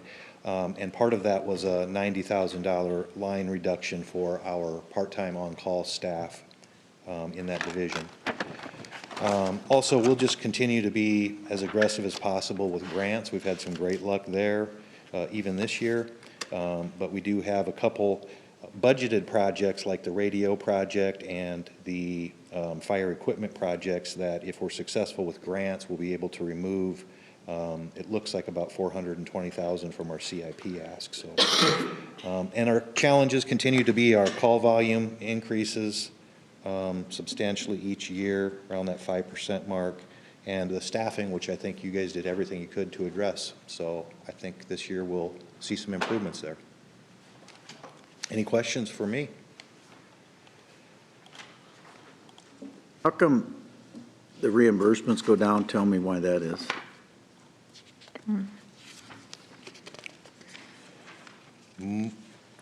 Teresa can probably help, but I'm guessing that's most likely timing with the state. Are you talking about? Refunds and reimbursements. I'm sorry, they're going up. I'm sorry, my bad. But the charges for services are going down. The reason I'm asking is they have a smaller budget than police, but their tax askings are going up $1.6 million, and the police are only going up $1 million. Something doesn't make sense unless you look at that change in services. Well, yeah, the reimbursements, they're two different areas. So like the reimbursements are going up Yeah. and that charges for services are going down. So we're getting more from GEMT, but we're getting less from taxpayers and whatnot. So Why? I guess would be because of the clientele that we have. So because GEMT is connected to Medicaid patients, so we'll probably have a What's the increase. difference between charges and reimbursements? The reimbursements comes from, that's where the GEMT payments are Yeah. And charges to citizens that may get Charges are private insurance. people that are actually, private insurance and cash payments. Why would that be going down that kind of money if our calls for service are up? Well, are you talking calls for service for EMS or in total? In total. Okay, so Well, I don't know. listen, But their it's- fire. it's EMS, Their yeah. fire calls look like a guy that redlines. They're flat. They're not going, it's all his calls for service are for EMT. Look at your chart. I'm not saying that negatively. I'm telling you that's what it is. I can look at it. The department puts that in. However, I can look at it. My guess is that they look at that and say that we have increased Medicaid, and that's how they But that doesn't estimate make that. sense, because if your calls for service are going up, that means that you are dramatically dropping people that have insurance, and all of a sudden, your reimbursement for Medicaid is not really hardly going up. In fact, from prior years, it's down. So charges for service, so Medicaid, you'd actually get less. So if we had No, more. no, I get it, but you have 4.3 million actual in 2023. Right. And Oh, you- you're talking and about you keep telling- reimbursements. And you keep telling me you're making more money. So you're talking about reimbursements now. I'm talking about both. You're losing 706, what you charge somebody has insurance, but you're only gaining 173. I can't explain that. I'll have to ask the department that entered the budget. Is the rate, maybe to the mayor's point, maybe I'm following it, I doubt it, but maybe, are we charging the same price for someone with insurance or for someone privately paying versus what you're getting reimbursed? Yes. But you're having bigger write-off. But that would tell you that your calls for service for people with insurance are dramatically decreasing. We can take a look at We'll that, look Mayor. at We it. may have been We have conservative on fewer our insurance payers numbers. and more I had the same. Medicaid payers. Yeah. Yeah, I will say, and I provided something to the chief too, that some of those years prior in 21, 22, and 23, the reimbursements are inflated a tad because they're, we're trying to gather from prior years too. So we could go back, so those are increased when we didn't have them in prior years. So now we should be pretty leveled out, but I will look at that That's what I'm saying. and determine. That's why I don't understand it, so. So, yep, we'll go ahead and look at We'll that take a and look get at you a that. memo to better understand that. Because that difference is why his budget for taxes is going up dramatically compared to the police. Right. God knows we love the firemen. I mean, we don't want them to Thank you, suffer. Mayor. But- Right. But Top of I know the rest of them favorite don't list. care, but I do care about $700,000. So Right. No, and we need to figure that out, so we'll get back to you on it. We We'll may have bring just that been back to wrap up. conservative in our numbers. I don't know. Yep, we can get something for you. Okay, other questions for the chief? Okay, thank you. Parks and Recreation, page 189, Matt Salvatore. Good morning, Mayor and Council. Fairly status quo budget for the Parks and Recreation Department this upcoming year. One point of discussion for this morning would be the Parks Enforcement Officer and then the maintenance of the Combe Park Mountain Park. I submitted an improvement request for an officer.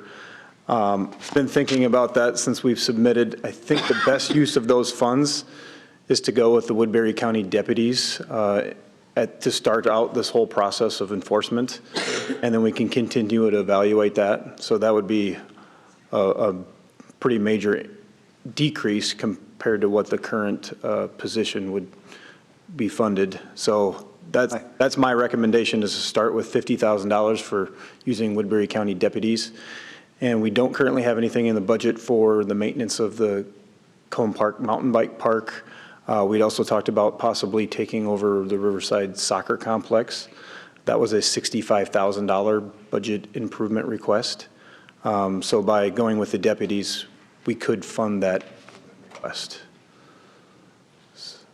So Matt, you and I spoke about this because I wanted to get your thoughts, and I talked to the city manager not at length, but about this same thing. And I agree with you. I think that if we could look to a contract type employee with the deputies, similar to what they were providing at the pools. And I think that they were very responsive and did really well for you guys there.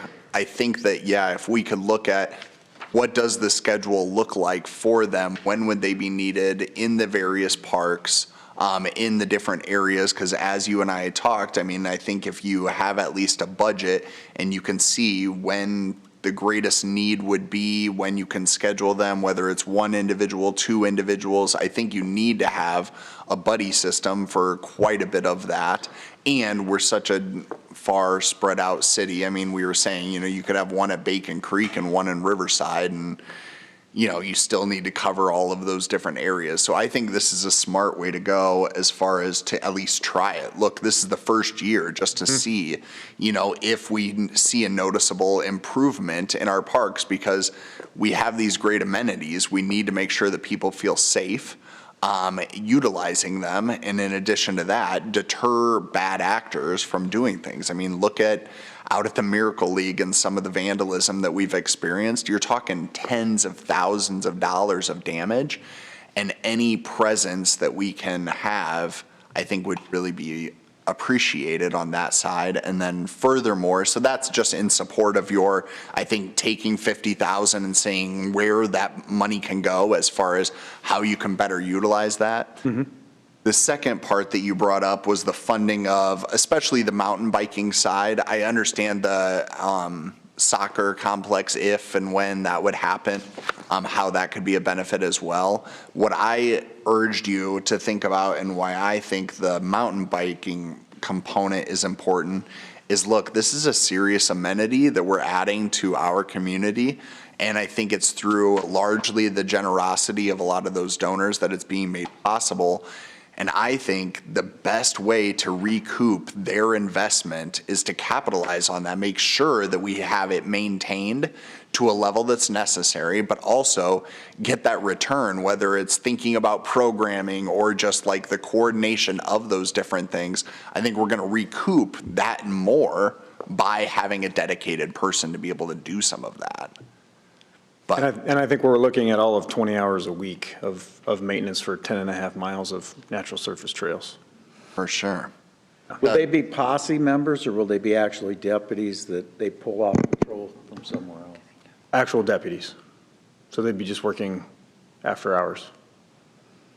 And has anybody reached out to them to see if there is a willingness? They are on board. I talked to them this week. I like that idea too, and I was glad that that was in there as an alternative. Yeah. That's a $105,000 reduction. Yep. So it's like when we put a police officer at a Hard Rock concert, they're after hours, you're paying their association, the association pays them. Correct. Similar to what we did with the swimming pool last year. Right. Well, I like it because of the safety aspect to that park. What were we going to call that? Parks enforcement officer. I mean, Enforcement officer. it was going to be one position. This is more of a buddy system approach. Right. I think is I like safer. that. I feel like it's safer, absolutely. Yeah. Absolutely. And I feel like these deputies will be viewed as having a lot more authority than someone who comes by and asks people what they're up to and maybe asks them to leave. They're already trained. They already have equipment. Correct. I think starting here is the way to go, and then Because you have a evaluate. UTV and different things that can be utilized, right? I mean, don't you see this as them utilizing a UTV or bikes or? If needed, it depends on what the current issue is. They won't be able to use that because that's an on-duty vehicle. Well, I would This urge is on their them to talk to- part-time. I would think they would not be able to use that. Use what? That UTV. They'd probably have to use their own equipment. Yeah, And maybe they have that. I don't know. They'd be able to use their squad car because that, Yes. they get Contract. that, but I'm not sure they'd be able to use like the UTV because that's not, these guys are doing extra work, right? Like our police officers go to the Hard Rock, they're not working for us, they're working for the association and get paid by the association. They have to get permission from the chief, but you don't let them take our equipment to the Hard Rock, right? I mean, our police do the same thing, but they don't get to take vehicles like the deputies do. Yeah, the only time that we allow them to take city equipment is if there's a public interest, like we have done it down at the event center because of traffic control after the fact. So sometimes we'll allocate a vehicle if, again, it's in the public interest. Well, I guess I would just say then I would really look into that and see if there's an opportunity or if they have that ability, because I will tell you that I think, and again, I apologize that I always use the example in Okoboji, but that's what I'm most familiar with, is when they have the trail enforcement up there, is it is nice to see those gators or those vehicles on the trails. I mean, on the trails specifically, because then you feel that there's that enforcement versus just a vehicle driving through the parking lots. Like, you feel that presence more around where the people are. And I guess the example I would use is, think about when you're over by the boat ramp. I mean, sure, your squad is only going to get into the parking lot right there, but if you have someone 2 miles down the trail, I mean, you're going to have to take that vehicle out on the trail or try to do that. Whereas I was under the impression, and I guess more hopeful, that we could utilize a UTV or a bike to actually be on those trails for a number of different times to be, or same between Chautauqua and Expo. You know what I mean? Like, those are really inaccessible areas for a police presence with a vehicle, but it's where, you know, if someone would have trouble on the trail or if there would be a problem, Maybe they will, I don't know. I'm just saying I don't know. No, I think you're right. I just would really ask you to look into that. I'll look into it. Because I do think that that's, for me, that's what will be the most presence, you know what I mean, is having someone actually on the trails rather than just in the parking lots and thinking, oh, they're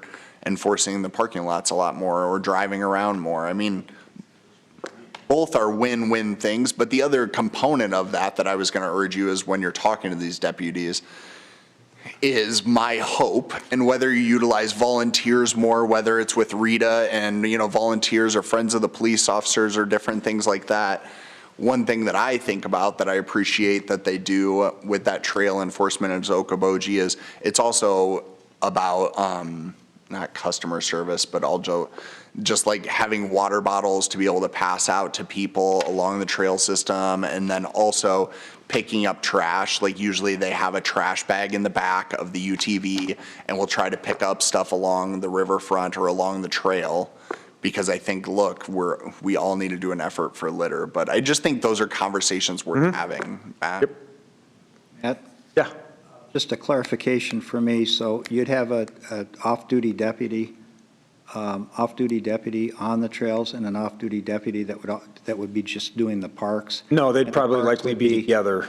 The parks would be after hours? It'd be after-hour work in the parks, probably together at the same time. And to be honest, after-hours stuff on the trails are not a big problem. It's mostly the parks. Yes. Mostly the What would the week look like then? Would it be? I think at first it's dependent on need. So if we know we're having issues at a particular park, we send them there. Yeah. So it's more of an as-need basis to start out with, and then go from there. You would coordinate that? Yes. Activity and which parks they when and where would visit? When? Yep. You kind of have an idea of the hot spots based do. on reports. And I would urge you to connect with Rex, and, you know, they have their hot spots too. Yep. Calls, et cetera, so that all 3 points, Parks and Rec, deputies, and RPD can work together. Well, and that presence on the weekends, you know what I mean? Like, I would just imagine, I think, you know, hypothetical that, yeah, they're on a UTV going through the trail system, you know, the Friday evenings, the Saturdays, the Sundays, when you have the greatest population. I think that, to, you know, Pete Grecken's point, is presence, you know, can really influence behavior. And so I think the more they see those people branded out, you know, trail enforcement or anything else like that, I think that helps.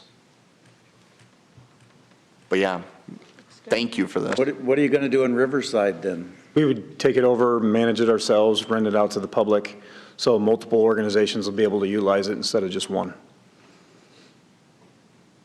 And hopefully capitalize on tournaments or anything else. Mm-hmm. Good. Anything else? Chief, will you put that mic back down by the phone so we can hear Matthew if he has anything to say? Thanks for sticking around, Chief. Administrative Services, page 61, Mike Collette. Morning. Admin services, probably the half of that increase from the prior year lies in three main things. Postage increase that we pass along to the departments that the print shop just rebills out. Increased meter cost for water meters and radio reads and valves. And then utilities at City Hall. Those three things represent half of that increase in admin services. Otherwise, things are, the big changes between city clerk and customer service are just due to the change in Lisa's position. Used to be split between both of those. Now we have a dedicated person at each, so there's an offset as a negative and positive in each of those departments. So. Mike, thinking about postage and printing and things like that you're shipping out to the various departments, one question I would have is what opportunity do we have, and I don't know if this is your baby or if I'm just talking out loud, but as far as the bills that I get regularly from the city, as showing my water usage or whatever the utility charges and all of that, I get that every month, right? Largely doesn't change. I 100% would sign up to receive that via email.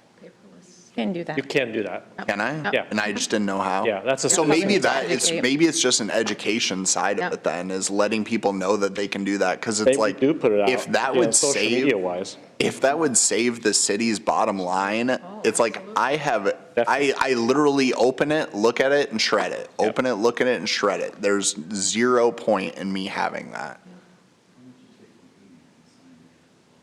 So yeah, I think that it's a lack of education and awareness that you can do that. Yep, definitely. Yeah, if you don't know about it, then other people don't know about it. That's what I'm saying. Yep. And just if Ann does a campaign, or if we all do a campaign. I'm laughing. My house is 25. That one. Did you really? Good But Lord. I'm not using it. 'Cause I like the that's paper. funny. Yeah, Yeah. I like the paper, but that's just a That's twist. funny. Yeah, but I'm just saying, no kidding. Right. Just to show a step-by-step way to do it, if Ann can if there's a clear way of hey, sign up for paperless here, save taxpayer dollars. Because what are you spending on printing and stamps, you think? What is this? Overall, there's probably 100 to 200,000. Yeah. Overall. All of these things do add up, and maybe we can do an email blast for everyone's email that we have on file and say, hey, reach them there. Do you want your utility bill sent, via Yeah, there's about 200,000 overall. Or the other thing too is using what is the code red thing, like the texting service. I wonder if you could text an update that said, interested in receiving your city bills electronically and save taxpayer dollars, sign up here. I say we just switch them all over. Anybody who's got an email. Well, but you'd be surprised, because one thing we ask for is emails from every client. Yeah. And you'd be surprised that at least 15% of my clients don't have email. Right. Yeah, and I think that's fine. Yeah. And I anticipate that, because you will always have Dans that want the paper copy, or, Or they are. need it for something that. Sure, or don't regularly Right. check their Yeah, email. absolutely. But for someone like me, that I have zero. That guy, so. Yeah, I have But zero that's a interest in real having the cheap way to reach paper. them, though, too, is if we send an email blast to the emails, all You the bet. emails that we do have on hand. Yeah, that's a good. So that'd be a great way to reach out to people. Other things that I think of now that we're talking about mailing, and this is going to probably drill down farther than people want to go, but I have even looked when I worked for the bank that I worked for 12 years, started looking at things like that are in operations, supplies, and we used to use the heaviest weight paper. And so many people were making copies of things and then just throwing it in the garbage. So, for in-house things where we don't need a super high quality of paper, things like that, and I don't know who orders the paper, if it's a print shop or who does it. It is, yeah. But seriously, we can go to the cheapest copy paper that's available that we use in-house when it's just staying in somebody's file And those are significant differences. We used to get a little bonus if we found a money saving, that worked bank-wide, and yours truly received quite a few of them. Reverse printing on some of the things that we're printing out, it would be actually printing the background, and when it didn't need to, and just all kinds of things like that, setting up different things, and we all know that printers and all that kind of stuff, Did you look at your pad today? I did. I've gotten one of those before. I love it. Recycle paper. I love it. I was going to say, and with the education we've done with recycling, I went like this when you said you throw paper away, but that was years People ago. do, right. Before recycling was the thing to do. So recycling's But a lot of times more people important. print things and they review it and look at it and then, but No, we can recycle. stop it, right? We can Recycle reduce bin. that, right. Recycle bin. I mean, on average, we get 275 pages a week in Packets. council. Some of the council members didn't have to have that way. Think of the Printed. paper we would save. Well, if you want me to quit reading the council homework, I can do that, but I think I'd We're gonna lose my start- effectiveness. We're going to trying start doing help. it on thinner paper, lighter weight paper, less Did they expensive. print that front and back? I mean- It's all one page. See, that's where they got to print duplex on that. Yeah. If that's the least of our worries, the most of our worries. We're talking good. about anything here. Hey, saving That's going to be one of my proposals Save for the council 100,000. budget. I appreciate it, Mike. Thank you, Mike, Thank for you. everything. Don't get started on that thing, because then Alex will hit me up on the water bottles I use. Oh, and then no kidding. Somebody will hit me up on something else. Isn't that the truth? Next, we have airport, page 71. Thanks, Mike. Are you done? Nope, airport. Almost. Airport. So clarification, as you see, Yeah, where's that? the property tax asking for the airport actually goes down for this next fiscal year because we're able to capture some additional revenues on some rentals going forward. What I do want to point out is that I've talked to Teresa about is that when you see the subsidy amount of the airport is defined as an enterprise fund. And so there's depreciation and things like that in that $2 million number you see, that when you look at the property tax asking, it's the 600,000 and 700,000. So just keep in mind on how it's classified on the subsidy amount that's published in the actual financial statements. Trying to say you don't want to look for any savings? Is that what? I do want to look for savings. Okay, So that's fine. clarification on the savings, are you looking for 5% of overall expenditures or on the property tax? I think it was pretty clear on the overall expenditure. Overall expenditures, okay. Because some are grant-based is why I asked. Some of the I know. expenditures, yeah. Well, those we're going to look the other way. Or increased revenue. Yeah.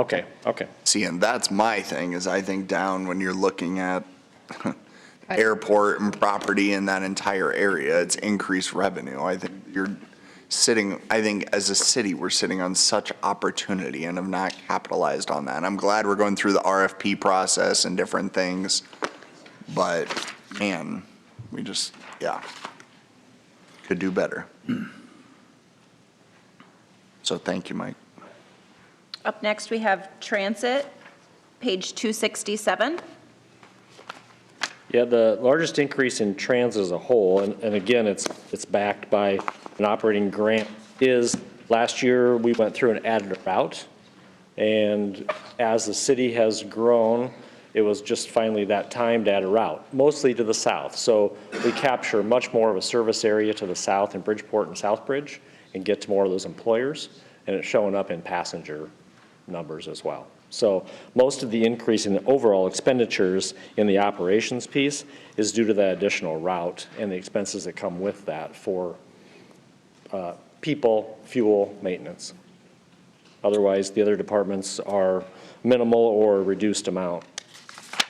I have a question. I went to go to breakfast on Saturday morning, and I was coming down my street, and a bus came in front of me, out of service, and went over to the Casey's store. Why would they be going that far? I mean, I thought maybe a bus broke down and they had to get to it. On a weekday? No, this morning. Morning. I don't know this morning. Usually there's some out of service on school trippers sometimes where they're waiting before and after. But That's why normally, I thought maybe there was one broke down and they had to go, but He turned in the Casey store, and when I kept going, I just was curious why they would be doing that. No, I can't answer that. Mike, can I ask, I've heard that the school is going to stop bus routes for the private schools. Is that something that we would ever become helpful in? We have not been approached yet.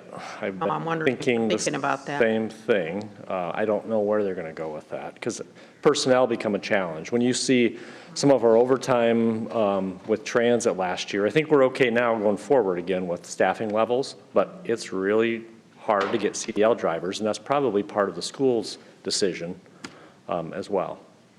School's decisions, they're cutting everything they can, swimming pools, ROTC programs, everything. And buses, right. All kinds of stuff. And Well, you got to find some way to gonna give get all the rid of money a to lot of their private schools. career center and. So I don't know what the private school's plan is for their busing out yet. We would definitely do some talk. busing now for public schools? We do. We Yeah. contract with the The public. contract, right. We have 7 buses that we run daily. I forget who I spoke to about that recently, and they thought it might be about 4 to do the private schools, so I don't know, but. If we definitely Problem would is talk to pick them. enough up in any one area. If we can piggyback some of the existing routes, Right, I'm there wondering, might be an opportunity, but I will tell you they're very full also. So it would be well, a I'm matter of. glad that you're already thinking about it, Yep. because we may be approached. Yep. You know, if there's a contract to be had and there's something that we can do, Sure. you know, to assist. I realize they're private schools, but they're also our residents. But remember, the parents get reimbursed I know. to take their kids to school in a Why private. does, yeah, I know they do, but then why does the school district Yes. charge them? My kids that go to parochial schools get reimbursed for not using the bus, Yeah, they're on tiers. right? You're just due. Mike, the question I wanted to ask too was, and again, I just forget because we are going through way too many things at different times. Where are we at as far as the testing different services out for different, rather than just a bus, you know, has scheduled more like a call for service type format? Where are we at with some of that? I know we were exploring those options. When we went through the mobility study, Yeah, our consultant and looking at our routes doesn't really think there's a huge advantage to that from a cost approach, just because of the different number of buses and people we'd have to deploy to take advantage of that. We did test out longer hours last year. yeah. Numbers really didn't turn out extending for a period of time for the cost involved for the number of passengers. So at this point, we're kind of status quo as far as any kind of on-demand service.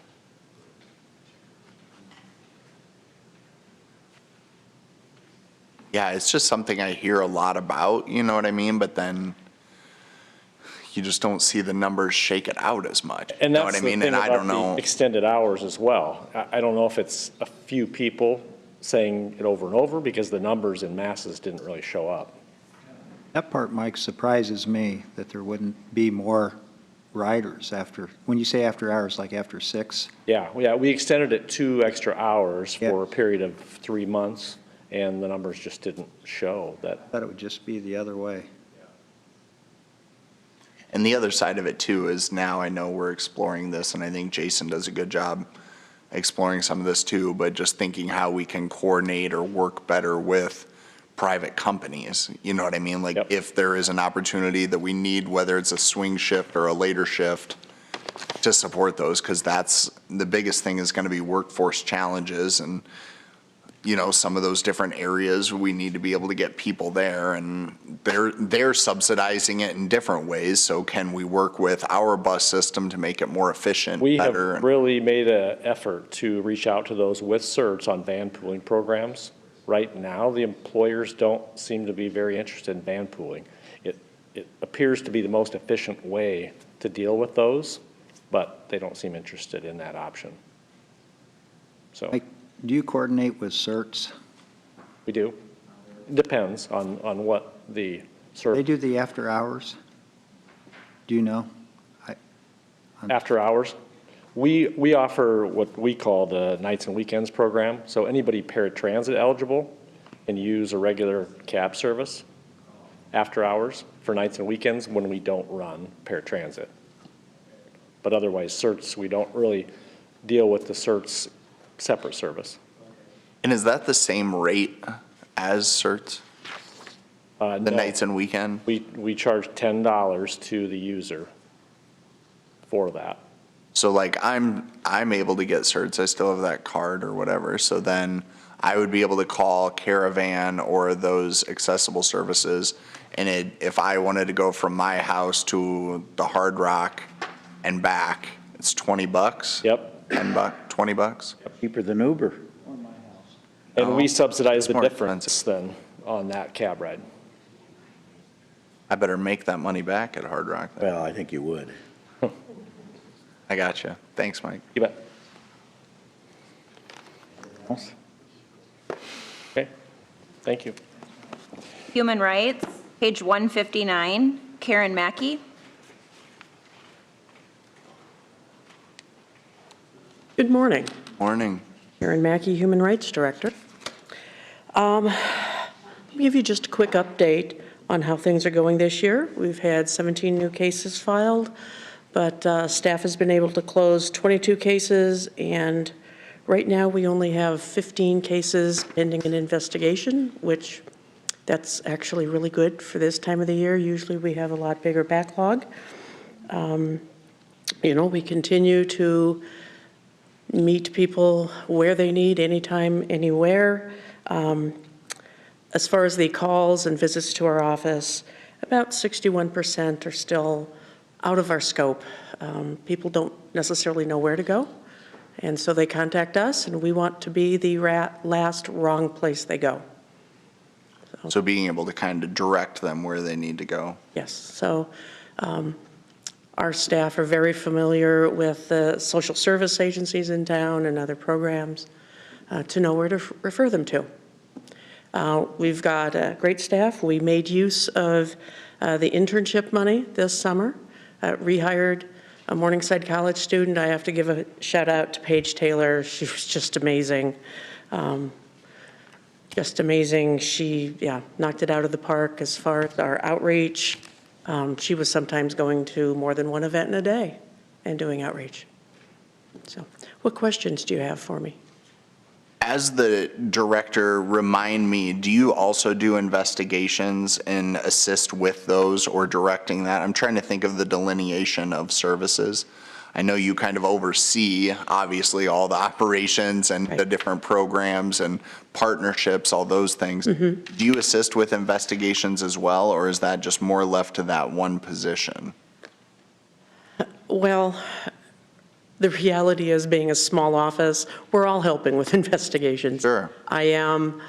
We have a part-time clerical assistant that is a trained paralegal, and she's acting more as an investigator assistant. And so. And is that your admin secretary is doing that, or who's doing that? No, that's a part-time clerical assistant paid for with HUD funds. Oh, okay. Anyhow. Yeah, no, it just, That's I didn't everyone. see it here, so I was just trying to make sure. Really, It's down in the everyone. notes, if you look down. I'm sorry? If you look down in the notes under the personnel. And we underneath the actually have. personnel, it indicates that she has a clerical assistant, a part-time clerical assistant funded by HUD. It's actually 2 that we have funded by HUD. Oh, I got you. Yeah. Up just a little. Up. No, in the italics. Yeah. Up. There you go. Very tiny lettering. Sorry, yeah, I didn't see that. So yeah, you basically, and then your intern, is that funded through your department or through the city manager? No? City manager. Okay. Yes. And I need to get on making a request for this summer because we need another one.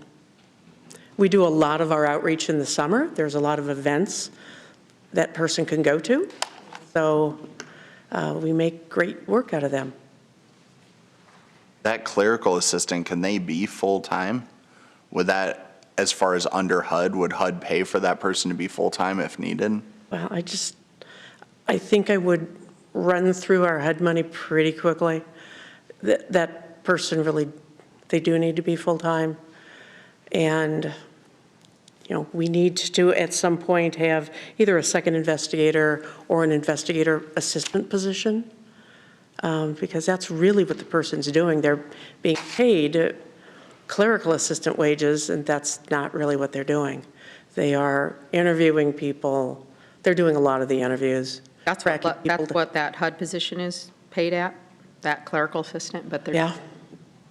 But can you get HUD money for an investigator? Which obviously would be at a higher. Well, the HUD money that we typically get every year would not be enough to pay for a full-time investigator position. So the HUD money, does it have a label? It doesn't have a label that says you're restricted and that's what you choose to use your budget from HUD for?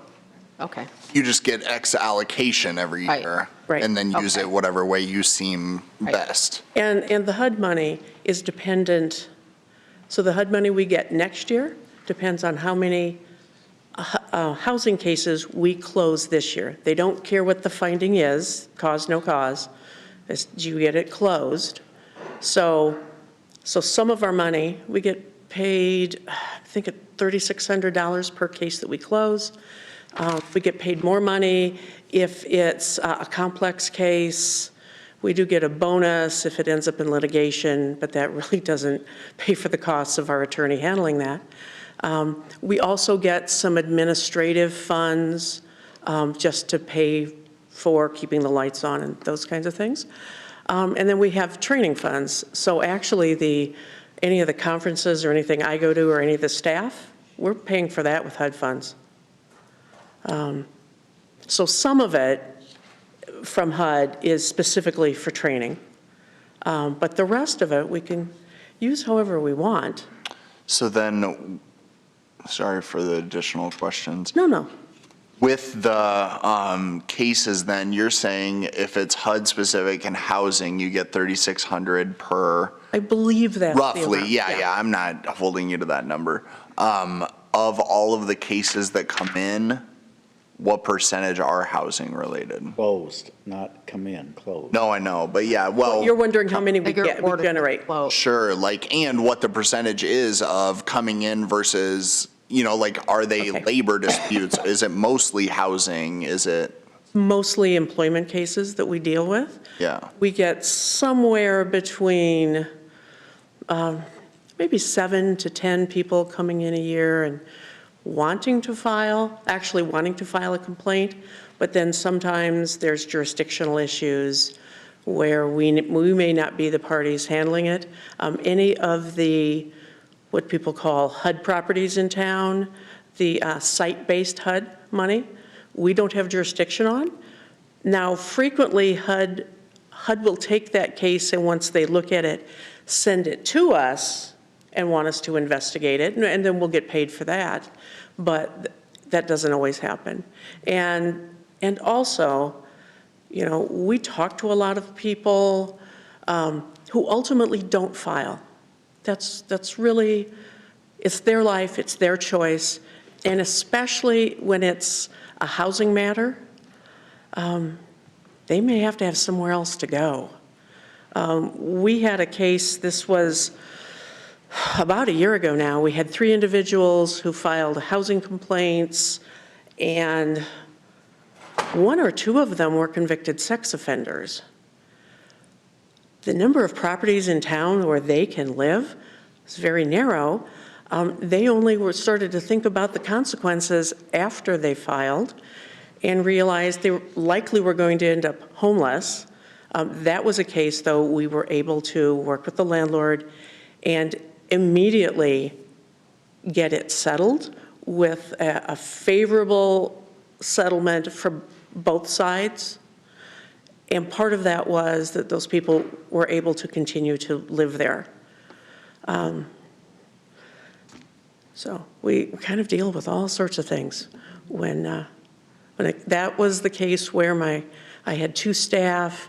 It was some of the coldest days in the year, and they were literally standing outside talking with the parties, trying to settle it because.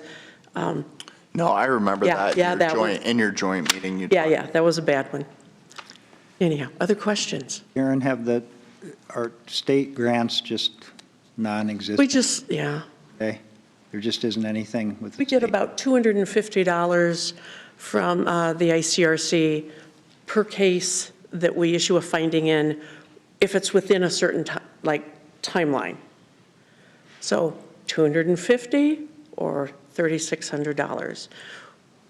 We focus on our housing because, number one, that's an income stream for us that's significant, you know. One of the things we do, though, speaking of income streams, is we do encourage people, if the issue occurred in Iowa, if we don't have jurisdiction, let's say it was an issue they worked in Lamar's, file with us. File with us. We refer it to the Iowa Civil Rights Commission.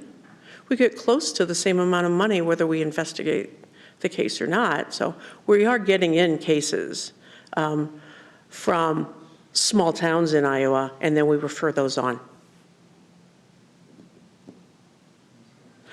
But remember, local investigation is always best. You don't want to send things to the state if you can avoid it, because it's, when you know the parties and you know the lay of the land, it can be easier to get some things accomplished that benefit everyone.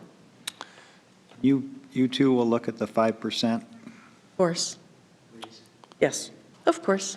Questions? Yeah, my last question. As far as the outreach events, obviously there was a huge uptick from 22 to 23. My question is, as far as those different events, is that, because I know I obviously see you at a lot of them and go up, and to be able to see who's there, would you say that it's mostly the director then that goes, the intern, obviously I'm not thinking the secretary or investigator necessarily goes often. Talk to me about, is it your commission? Where's the delineation? Yeah. It's all the above. Primarily, a lot of those things that happened in the summer, and we had a whole lot that Paige did. And so a lot of them were Paige going and setting up at the library for a couple of hours, or Girls Inc. So a lot of it's an intern, but when it is events, then we try to get a variety of our staff there. I'm sorry, I have a bit of a cold. Anyhow, HUD, we were in a conference this summer with HUD, and one of the things we've always felt is it's important for even the investigator to get out. The director, people should know who we are. And when we met with HUD this summer at the conference, they were emphatic that yes, it can't just be your intern. You need to get out there. They need to know your face. You're a small enough community that that's beneficial. The word gets around to folks. People know, for example, that we have 2 Spanish-speaking staff people. We have people that we know of never met our staff, and they will call up and ask to speak to Gina or speak to Jessica. Because and is that your investigator and your secretary, that both? So Jessica Ryan is our investigator, and she is bilingual. And then Gina Pachicano is our second clerical assistant. She's been on board about a year, and she's grew up in the community, and she speaks Spanish. It's her first language. But is she the HUD position? Is that what you're talking about? Yeah, that's a HUD position too. So we have 2 part-time HUD positions. Gotcha. 2 of the clerical assistants, and 1 is bilingual. Yes.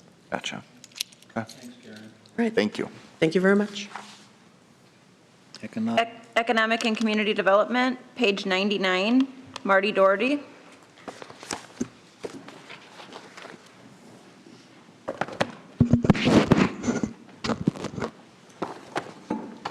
Good morning, Council. Marty and friends here this morning, so.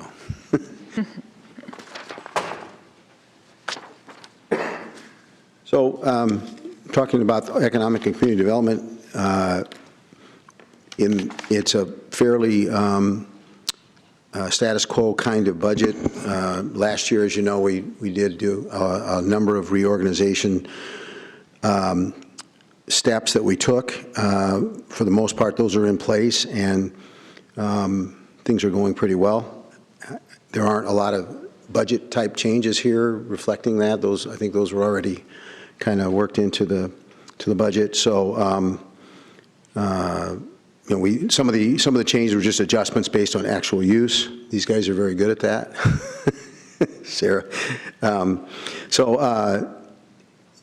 We've been very busy in the department and continue to see a lot of great things going on in Sioux City. And we have our challenges, but for the most part, I think it's going pretty well. So I guess I'll just go through this in the order that you have it as far as the different divisions. And so let Renee Billings speak to economic development.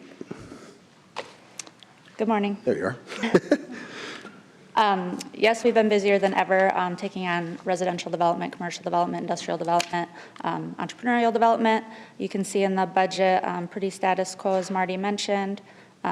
Tax rebates tend to be the change you'll see in there, just depending on which new tax rebates come on and some that fall off as well. So, any questions?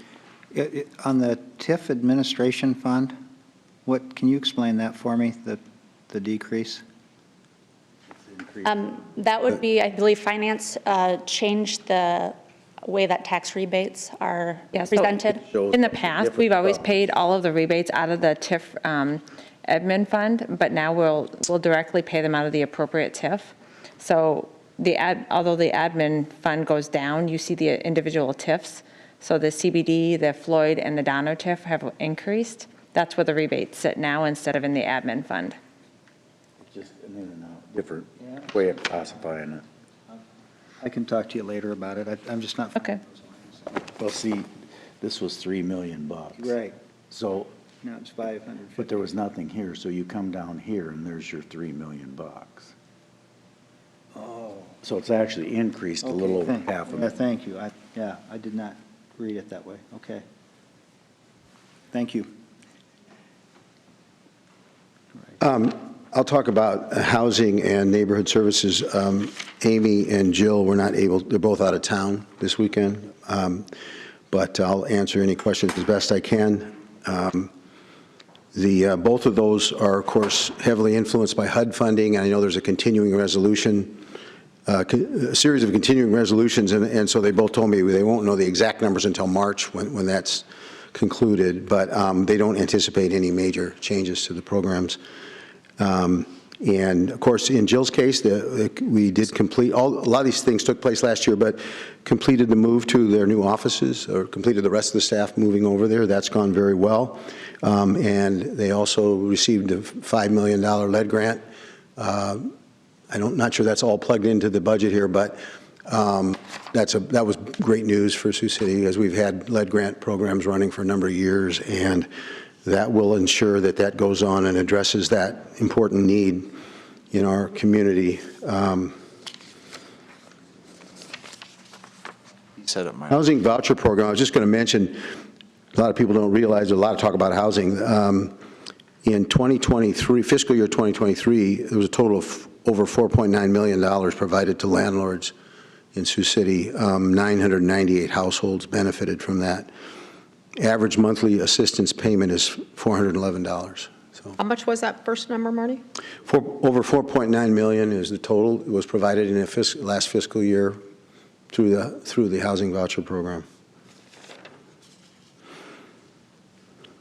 As far as the housing voucher program goes, are we getting some of? I know that there were still a few of those that were hanging on to billing Sioux City, although they had moved out of state. And typically, we'll try and get the local municipality or the state that they moved to accept that voucher. Have we had any success in getting some of those transferred out? Yeah, Matthew, you're talking about the portability issue. Continues to be an issue. I'm going to have to get back to you on that from Amy as to whether we've been successful or not. I don't think so.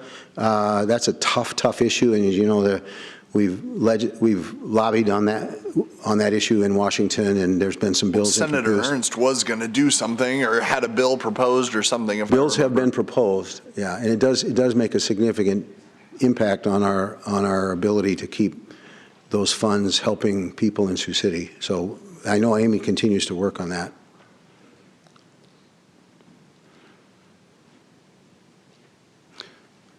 The only other thing that I'd really, and this is something that I think the entire team does, that from the proposed grant writing position. I know one thing that we've talked about in the past, and I think every council member is in favor of us having a grant writer, but using that as an economic and a community development tool as well. Just being able to really lean into any available grants, not just that we use internally for the city to help offset funding, but also using it as a tool for economic development to entice developers to want to build here as well. I truly think that as this grant, as we hire on a grant coordinator and eventually grow and form a grant writing department, I think that is something that we can use as a selling point for our city, and hopefully it's something that's on your radar. I know it has been for a while. We have always done the best we can to seek out every grant that we're aware of. We've been, I think, pretty successful in things like RISE grants, where we've gotten millions of dollars in grants to help build the street infrastructure that we need to grow. We've been successful in EDA, with the EDA, for example, money that went to that new Oracle Aviation building. And I know there's a number of different types of grants we try to keep track of. If we had the funds to do that, that'd be amazing. But we do our best to track those and sometimes get help from our legislators as well. But no question, we should pursue every grant opportunity that's out there, and we try to do that.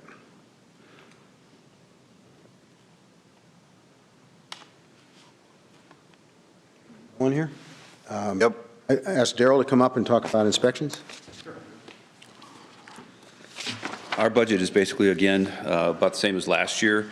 A lot of the things stayed pretty close to the same numbers across the board. We did implement a new process for handling certified mail, which reduced our cost per certified mail of nearly $2 per letter. Its postage has been going up. We've been able to team up with the police department. We have the most that send out certified. Our department does by far. PD is the second most, and with that, both parties were able to share the cost savings in that implementing that new program. So I think we'll start seeing ourselves level off. We did have an increase of spike in postage cost because of the additional code enforcement officer. This would have been the first measurable year, but we did lose our new code enforcement officer partway through the year, so we were without a second one for a few months. But we did increase nearly 14,000 inspections above and beyond prior year. So you did what? I'm sorry, Daryl. We increased by nearly 14,000 inspections over the prior year in code enforcement. We went from 51,217 to 65,022, and that's with a few months not happening. What does that mean? Code enforcement does anything that's nuisance-based, weed-based, snow-based, that kind of stuff. And you did that with? We did the additional. This would have been the first additional year with the second code enforcement person. So. Right, but your whole department only has 17 people. Excuse me? You only have 17 people in your department. Correct. I just marvel at that number because it's higher than the fire runs. We don't let a lot of dust grow underneath our feet. It's a some of the inspections obviously don't take nearly as long to do. I understand that, but it's still an incredible number, and we keep them moving. I hear other departments, not picking on any department, I'm not going to say who, I'm just saying that you and the police have more calls for service than anybody else, by far.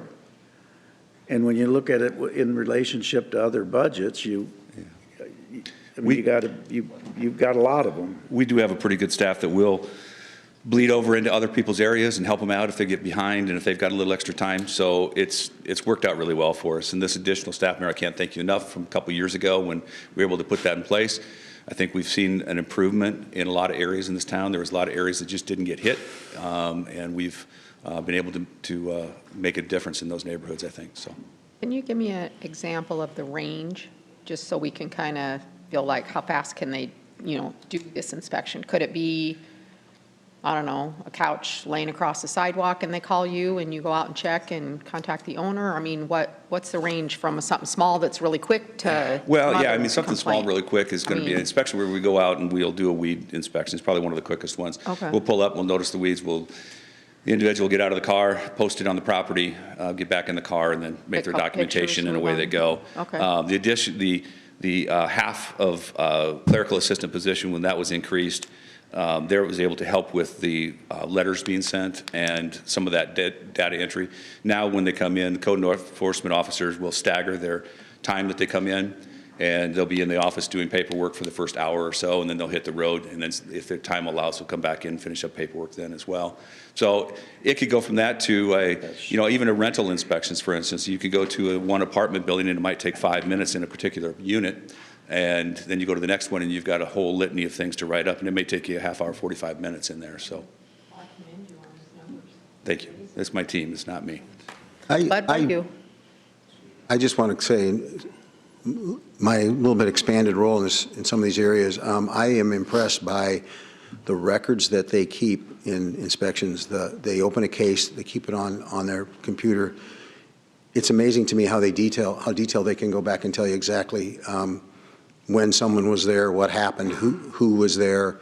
They really do an amazing job of tracking that. And when you have so many things flying around at once, the ability to go back and say, okay, we were there on March 3rd, and this is what you were told. I've been impressed by their ability to track. You've been over that department for like 20 years. You should have known they do that. I tend to be called in a little bit more for appeal type things, so I'm looking at the details. Your job for 20 years, you just figured out what your whole job was. No job. Fair enough. Gerald, the one question that I had, or just wanted to. Yes. Out of all of these and different people, how many of them they're obviously broken down into different areas and specialties. One thing that I hear a lot of are these rentals that are not being held to a high enough standard Yeah, I hear that a couple times a year usually, and I have to remind people, these are safety standards. They don't make them pretty, they make them safe, and that's all we can do is minimum housing standards. The sad part of it is sometimes we'll drive away, and by the time the taillights hit the next stop sign, it no longer meets minimum housing standards because they've removed something, because they put it in place when we were there or something. And it's frustrating. It is. We've increased it over the years. When I first started in this department, there were gaps in inspections for rental properties over a decade sometimes that they hadn't been out there. We're taking pretty good pride in the fact that we've got it down to 3 years or less now. So we rotate through them very quickly. During that 3-year period, if we get a complaint, we do go out and we don't just address the complaint. We'll do a complete rental inspection on the property. We don't just address that one single complaint because, generally speaking, there's typically something else in there as well. So. Who's the complainant? The person who lives there, the next door neighbor? It can be like a relative that maybe has visited there or a friend that's visited there. They can make a complaint as well. The majority of the time, it's the tenant. Can they be anonymous? Excuse me? Can they be anonymous? They can, and a lot of our complaints are, especially on the nuisance side. On the rental side, it's generally the tenant, and of course, they can call it anonymous, but of course, the landlord's going to know who it was anyway. But we try not to cause a huge concern there, because typically what we'll do is we're going to go in and just schedule a rental complaint or rental registration for the entire unit. So we can address it that way.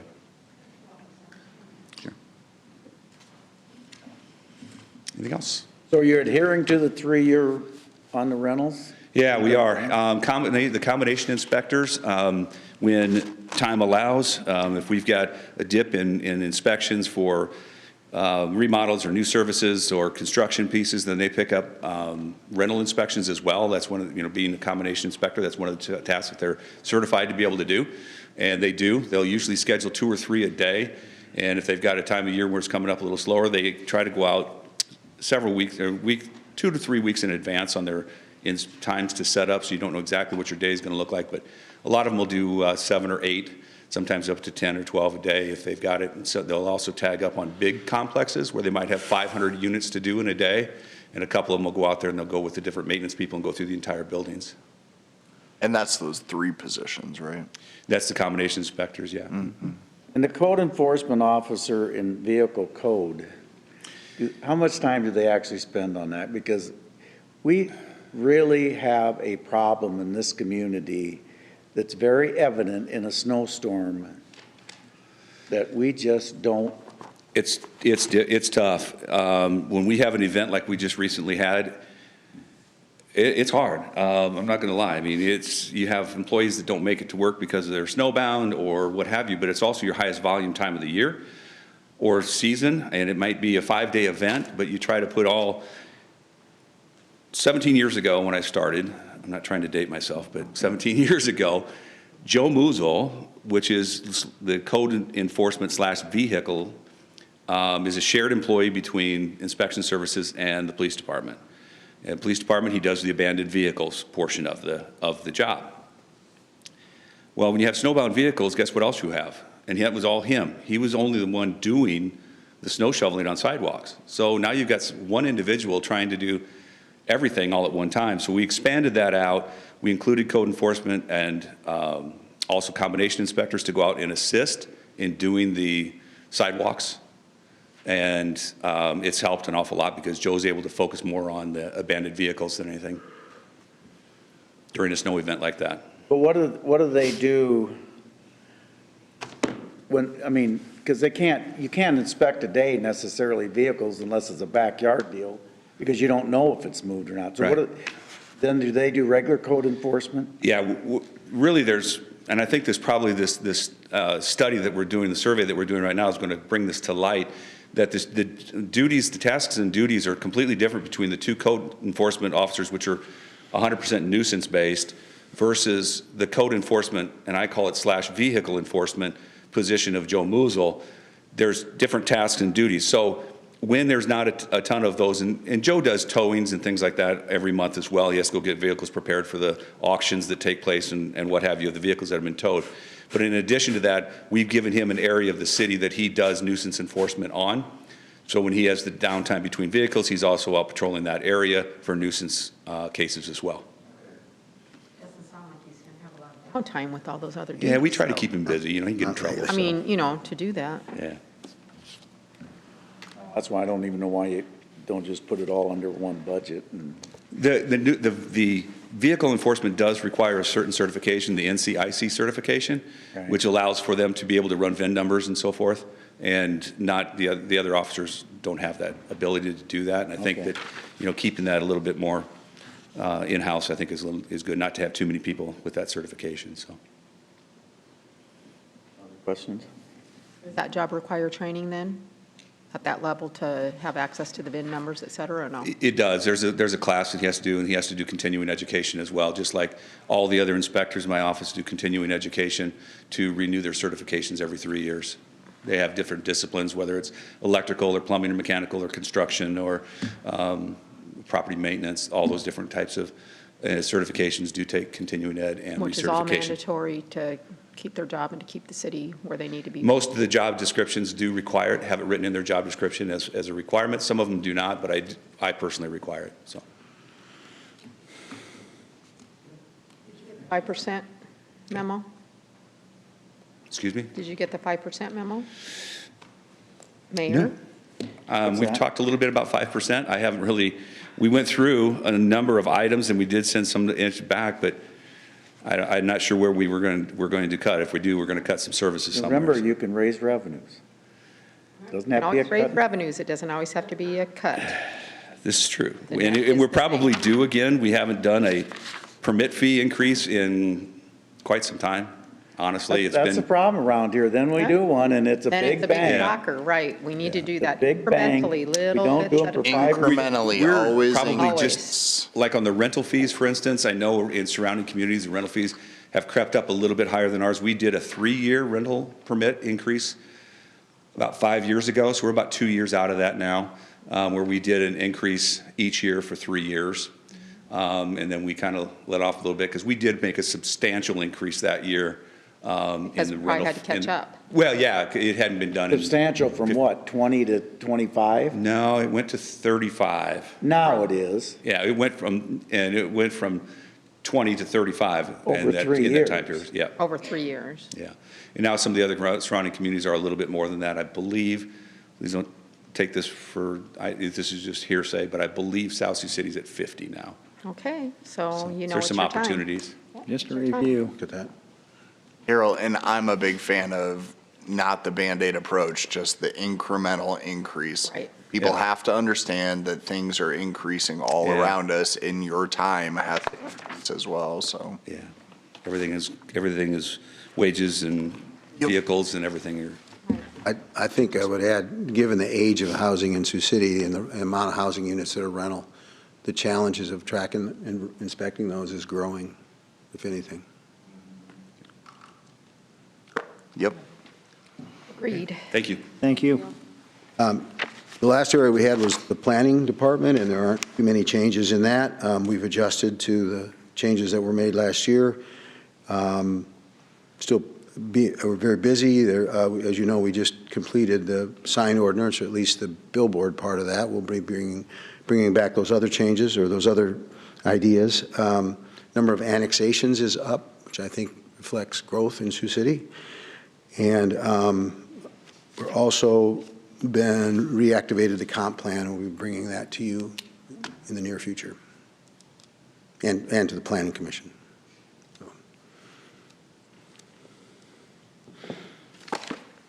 All right. Thank you. Thank you.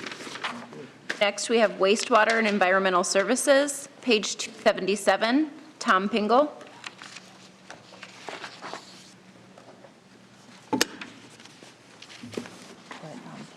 Utilities in between those two. Tom Pingle, Utilities Director. Last year we had this budget season, we have an overall increase of 6.3%. So we're going to take another look at that to see your guys' goal of 5% reduction. Last year, wastewater NPDES permit, closed landfill, biosolids program, state certified lab, the pretreatment program, MS4 wastewater or stormwater program, the FOG, biosolids program, all remained in EPA and state compliance. The majority of our budget for this season is equipment, parts, chemicals, utilities is probably the largest aspect of it, electricity and natural gas, repair services, and emergency repairs. The wastewater treatment plant is fully staffed. I just wanted to let you guys know that. It's been a while since we were able to fully staff that. We had 8 employees last year obtain or increase their wastewater certification, landfill operator licenses, and stormwater licenses. For this coming season and last year, we're trying to reduce cost and training. So in order to do that, we utilize free online services. We no longer use a third party for safety training. We have asked Janelle if we can utilize Ross. So Ross comes down and does a lot of the safety training for us now. Dr. Young and myself, we provide a lot of training to staff, which gets them their certifications as well, their credits for it. And instead of sending our folks out to training, which we like to do once in a while, but we're trying to keep it more in-house by hiring a third party, bringing them here and training them at a site instead of paying for travel cost and hotel costs. So that's kind of the overall look of our last year and going forward. Well, Tom, kind of thinking of the mayor's proposal of looking at reducing costs, I would just also urge you to think about adding revenue. I know that you've thought about it, we've talked about it, but continuing to harp on it, and I apologize for harping, but thinking about ways, whether it's the selling of that waste or partnering with, those solids to be used as fertilizer for what can come in, or looking at solar projects, you know what I mean, to offset energy increase or utilization of the gas in a creative way, whether it's our vehicles or other components, those types of things. Because if we're not going to capture the revenue we thought we would in the pipeline, how else can we utilize that to be able to offset different expenses? I mean, look, I'm happy you're at full staff, and I think that you're doing a good job of trying to find where you can cut and what you can do to be most efficient. But I see such a great opportunity at that facility for a value add, you know, of how you can recycle, how you can reuse things, how you can offset costs. I mean, the mayor and I have brought up solar projects for a while now, and every time I drive by the one south of Woodbury County, I get angry that we don't have that, you know, or that we haven't found a way to try to offset some of that cost. And so I just think there's an opportunity there for you to do that. And so if you can continue to think creatively about those things, that's where I can't imagine building a sludge storage building that you wouldn't put a solar roof on. I can't imagine why. I don't know where we're going to build a sludge storage unit. We've had it in the budget. I think it's still in the budget. I think we borrowed money for it, right? But we have never built it. Sludge doesn't have to necessarily be totally in a heated building. Well, in the look same- at- in phase one, we are actually reviewing sludge storage, so that's a great point. We'll make sure the engineer knows that. Yeah, because I think too, I mean, in the same way, you look at the expo, you look at that east-facing roof, it's just a huge, slightly angled roof. I don't even know if it's flat or slightly angled, but that would catch a lot of sun and be able to offset a lot of cost, but. The problem is if you don't build it, when you build it, it's a lot more expensive, like on Expo, to go put it on now. If you would have built it with that in mind, it's cheaper, but. There's some pretty awesome programs out there, though. I know some farmers are getting them 75% paid. Yeah, you're going to have to go work with somebody that needs the credits. Yes. Work. And I thought I passed along a contact, but if not, I think the business card is still on my desk. But I ran into someone at the Clay County Fair that partners with municipalities and other places that tries to do this stuff. So okay, I'll try to pass that along. That'd be great. Two things. One, I still get complaints that Gill is not picking up the recycling like they should. These guys have got to understand they're working in Iowa. It's not like they don't know it. They work in Lincoln and Sioux Falls, but they cannot go through another winter. I don't care what they tell you. They use the snow as an excuse, but that snow excuse went on a lot longer than the snow did. They've got to do a better job. Duly noted. I just had it at breakfast today. A guy got me on that. And two, I don't know what your fog program is, but it seems like it's a pretty zealous program, and I don't know how downtown restaurants, for instance, that don't have a lot of area. I mean, the Johnny Mars lady said hers is $25,000 for a small town ma-pa restaurant, and even for a chain. Those decisions really make you. I mean, if you'd had a $25,000. I'm working with somebody downtown right now. Yeah, and I don't know what the answer is, Tom, but I'm telling you, it can't be, you're going to spend $25,000 no matter what. I can't believe every city in Iowa's doing this the way we're doing it. Yeah, I agree. We've just had a conversation about it. We've talked about this in depth, and I'm right there with you. We don't want to hurt obviously our restaurants in town. Right, and I want to be in compliance, don't get me wrong, but how does that? Where does somebody who is downtown, historic 4th Street, or either side, wherever, put that size tank? And some of these people just thought they met the law. Well, they were grandfathered in No, some of them just spent $4,000 or $5,000 to find out that it isn't enough now and they have to do more. Right. And that's what, I just don't, I guess if you're working with them, we'll get answers, but I think we have to. We need to find a solution that's affordable. We need to comply with the law, but we've got to figure out what that means. Right, we need to find a solution that's affordable. I've been trying to bounce some ideas around with staff, and we'll get back to you guys. And Yeah. maybe there's a program we can start where we pay for it upfront with our funds, and then slowly through billing, they can pay us back. Right, but no we interest. still have to find a place to put it, to install these Yeah, things. that's the They're problem. big. Yep. So we can talk some more, Tom, after you get some more of that. Yeah, Okay. good. Is that a fairly new state law? I Not think new. Not totally. I think you guys adopted it in 2015? 2016 or 15? Right. That was to be in compliance with state law? Yes. Yep, it's a state EPA.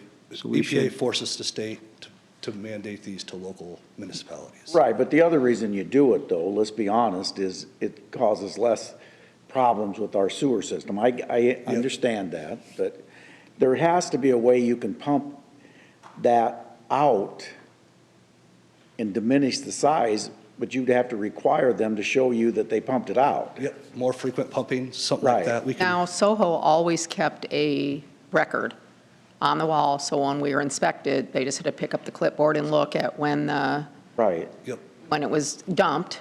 And, some places do it, some don't, but again, a lot of these places are grandfathered in, and as they change hands, or maybe a new business name or something like that, that triggers a reset. Yep. And then the new compliance comes in that, no, you're going to build the tank, Yep. And I believe that's what happened with the party that I'm working with right now. Yeah, unfortunately. So, Anyway, I don't know the answer. I don't know the trying to answer tell you yet either, but it's what to do. really But it's just a expensive. problem that I Right. hear about all the time. Yeah, it's very expensive. Unfortunate issue. Okay. Anything else? When's the last time we've looked at, remember you discovered the solids that we take in, trucked in? On ours, we were excessively low. Have we looked at increasing revenue possibly in that way? Have we had any rate increases since we raised them that one time? For the high-strength waste receiving? Mm-hmm. Nope, it's scheduled in the ordinance right now for every year, for Okay. 3 years, we're increasing. Okay, all right, So good. when we take a look back at rates, we'll address that as well. Okay, sounds good. Instead of cutting, increase. We're going to actually go out of order and go with Public Works next, page Thank you, guys. 243. Thank you. Thanks, ma'am. Thank you. Hey, Tom. Yeah. We went right back to Public Works. Okay, yeah. I figured there'd be a few of us up here, but that's fine.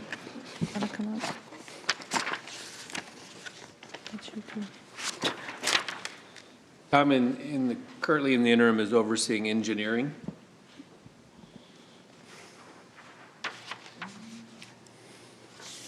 You whipping that department into shape? Just say yes. Getting the whip out, yeah. You got to borrow the mayor's, apparently, yeah. Morning, Dan. Morning. Keep those projects going. What's that? Keep those projects going. Yeah. No questions about engineering. Nick, Brad is currently overseeing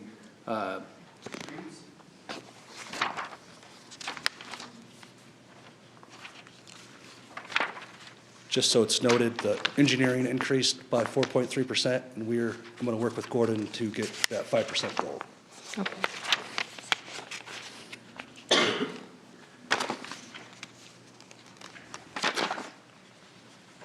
and Teresa is currently overseeing CMG and parking. This is probably a good time. I just want to thank the three for their willingness to step up and cover as we've been shorthanded now since August. So just want to say thank you. You guys have any highlights that you want to? Well, it's cutting, that extra time's cutting into your fishing and hunting. I don't know about the rest of it. I know what it's doing to you. Difficult. Sacrifice. And a difficult transition. I don't know how you got it all done this year. I will say Teresa and Brad got the wrong end of that stick, so. And fully, I can say in CMG, we've currently offered and have an accepted offer of a new fleet manager. So he starts on the 26th, so I'm hopeful that will bring some change to the shop. And we have a couple of that are coming, so you'll see quite a bit of change in the CMG shop. I would like to think that I've attempted to make some change, at least behavioral changes there, but we'll see. We're looking for efficiencies in other areas. Someone brought to my attention, and I probably knew it and just forgot, is our snow removal 2 inches or less, we leave it? Or, anybody know? Leave it as far as, Don't send the plows out? Or is that too broad of a statement? Patrick is here, he can I probably just speak keep to that. hearing people saying, oh, we have an inch of snow and the plows are out or trucks are out and I see sparks and blah, blah, blah, blah. So I just, for my own knowledge, how will I reply? Patrick Simons, Field Services. Typically, anytime there's any snow event of any kind, I'll have some sort of vehicle out, whether it's a spreader or a plow truck. Typically, that 2-inch mark that you're referring to is when we drop the plows. Otherwise, it is just a spreader truck and we're using material. Just some sand and, Correct. De-icing material, yep. but is that one of our ordinances or what? The No, 2 we inches or just not? do it, but We I've just use it said, loosely? like Lincoln doesn't do side streets, and we continue to do it, and our people, you do a great job. Yeah. That's the problem, you can't change, because you do such a good job. If you change, people are gonna, but I don't know why. I'm just asking. I don't know why we Yeah. pay overtime to do some of those side streets, because I know With minimal you do a great job, I'm not, Right. but it just, With minimal snowfall is what you're saying? like yesterday, you know. And for that event, we did not have any overtime for No, I that. know. We You just were- kept the de-icing material out during the normal shift. Yeah, but the guy this morning that complained about the garbage also said the snowplow went by his house 3 times yesterday. He said, I can't figure out why they would go by 3 times. I mean, and I don't know the answer. I'm not being critical. I'm just telling you that's, the perception is that you're doing it too good. Right. Well, then people are a little spoiled. Yeah. The other thing is, though, I will say this. I think you guys need to bid. The Udell deal was a good move. And I think you guys need to bid that like you do the sidewalks on, and how many trucks can you give us and what's the hourly rate, and bid that out. Not that Udell was bad. I thought the rates were fair for a truck, but when you have a major deal like you guys had this year, you can't afford to put your little trucks out there.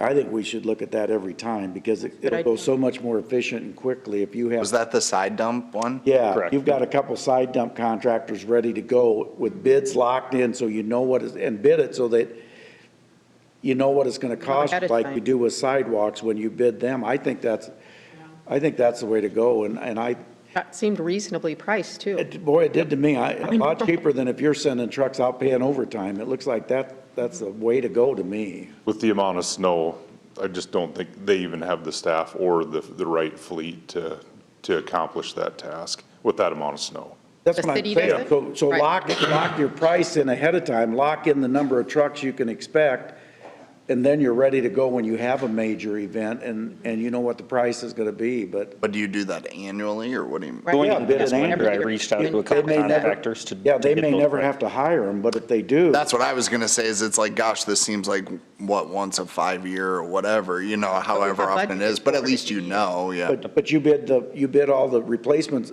of sewer lines and that when you're on the pourbacks. You never know what you're gonna have. Yeah. But you gotta price that way going forward. No, I get it. Good job with the Udell thing, really. Thank you. Now, I didn't think that's what I'm I saying. saw that, and I'm like, Yeah, I thought that was a reasonable deal, and that having that available to you makes a lot of sense to me, so. Who's overseeing the parking ramps? Teresa. You are? Are we on parking ramps? Is that We can included talk in about public? parking, sure. Unless I will there's any say, I more on wanted this. to say to Go on. Patrick that I've worked with Patrick several different times with some downtown parking concerns, and he and his staff have been really good about adjusting their schedules and whatnot to allow for parking downtown with that last event.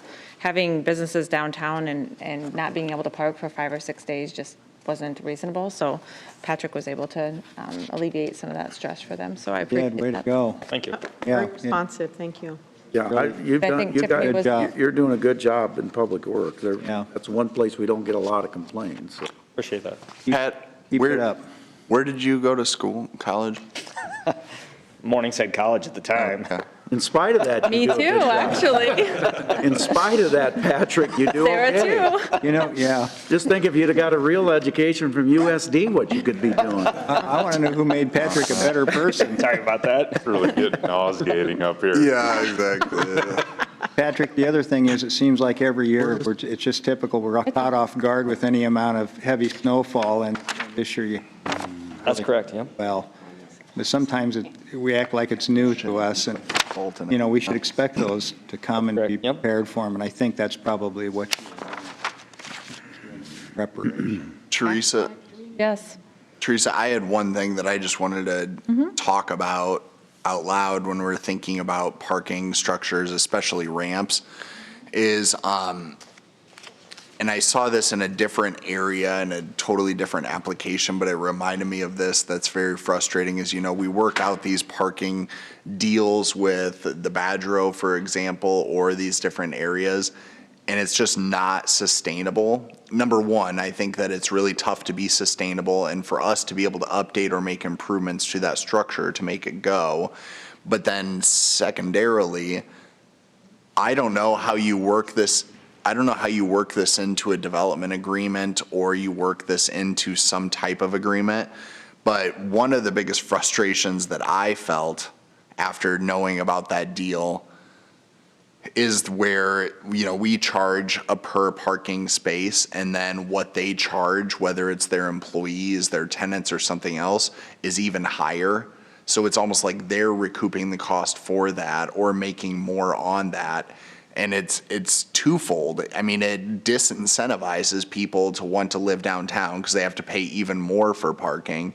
And then it doesn't bring in additional revenue of what it should be to where it should be going, which is to improve that structure. But it also gives a perception that the city is receiving all those funds. which they're Exactly. not. That's So, economic development. yeah, that's certainly something we'll have to work with economic development as they do those deals going forward. Yeah, and that's, I guess, what I'm urging is just like we have to be intentional about thinking about what that looks like and how we're going to be able to pay for these things or update them. Because the next comment I was just going to make also is, and I always get this mixed up, but the one attached to Mercy or closer to Mercy,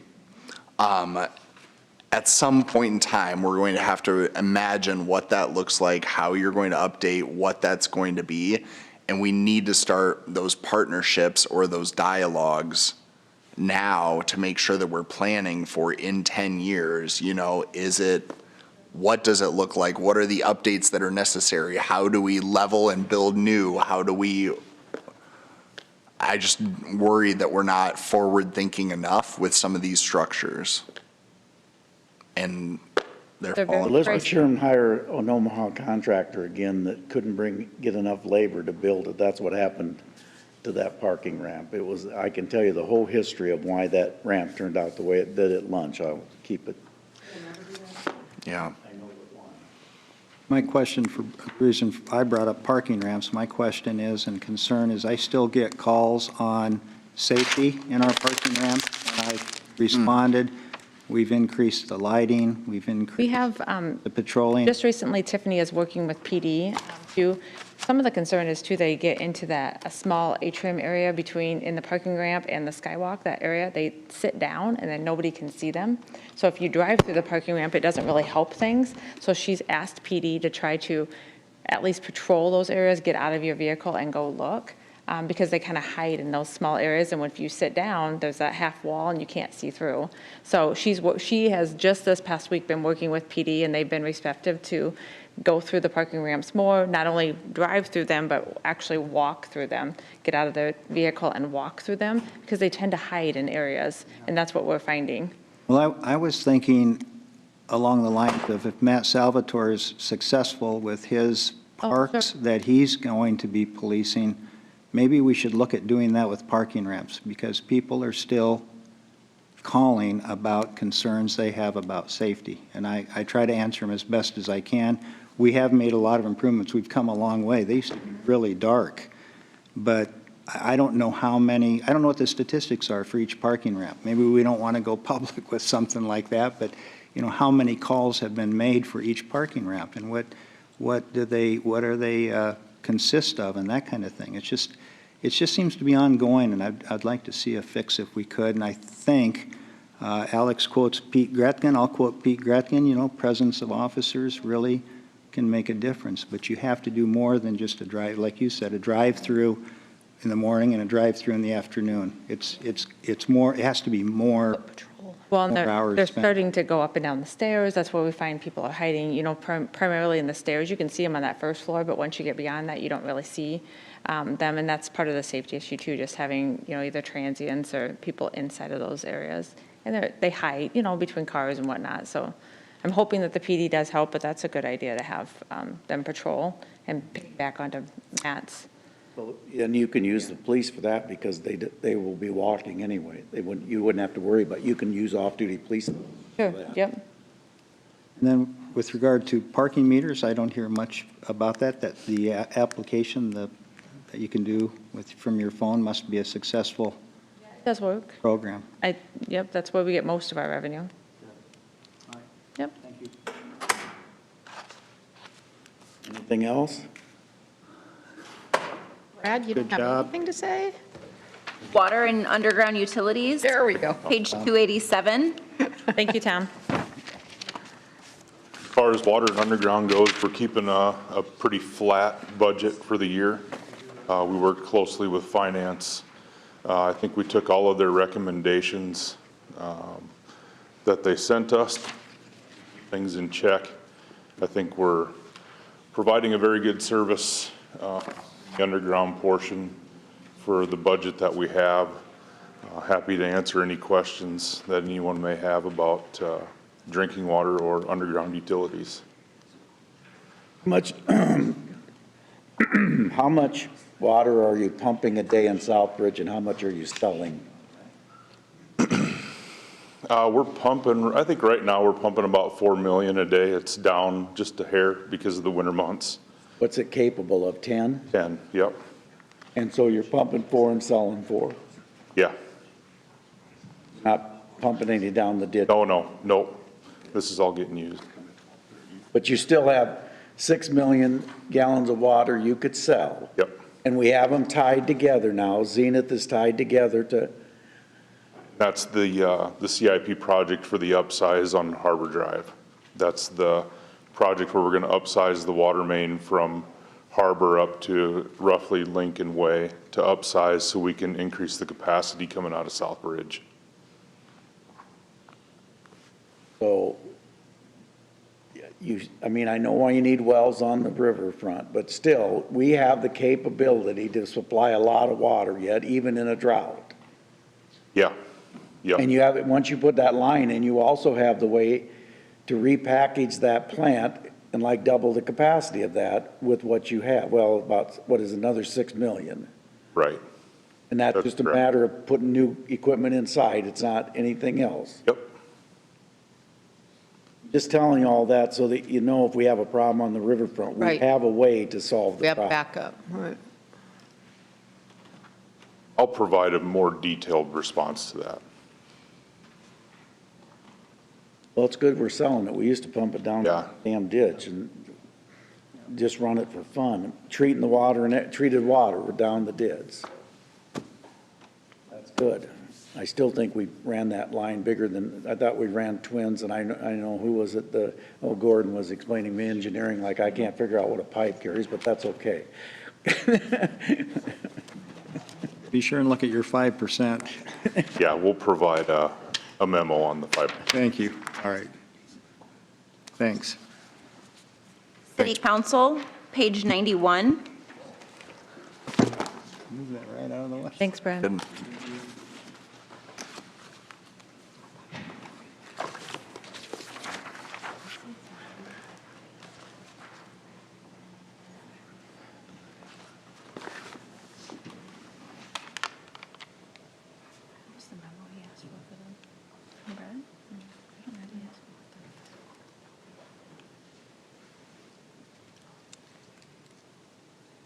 I'm not sure that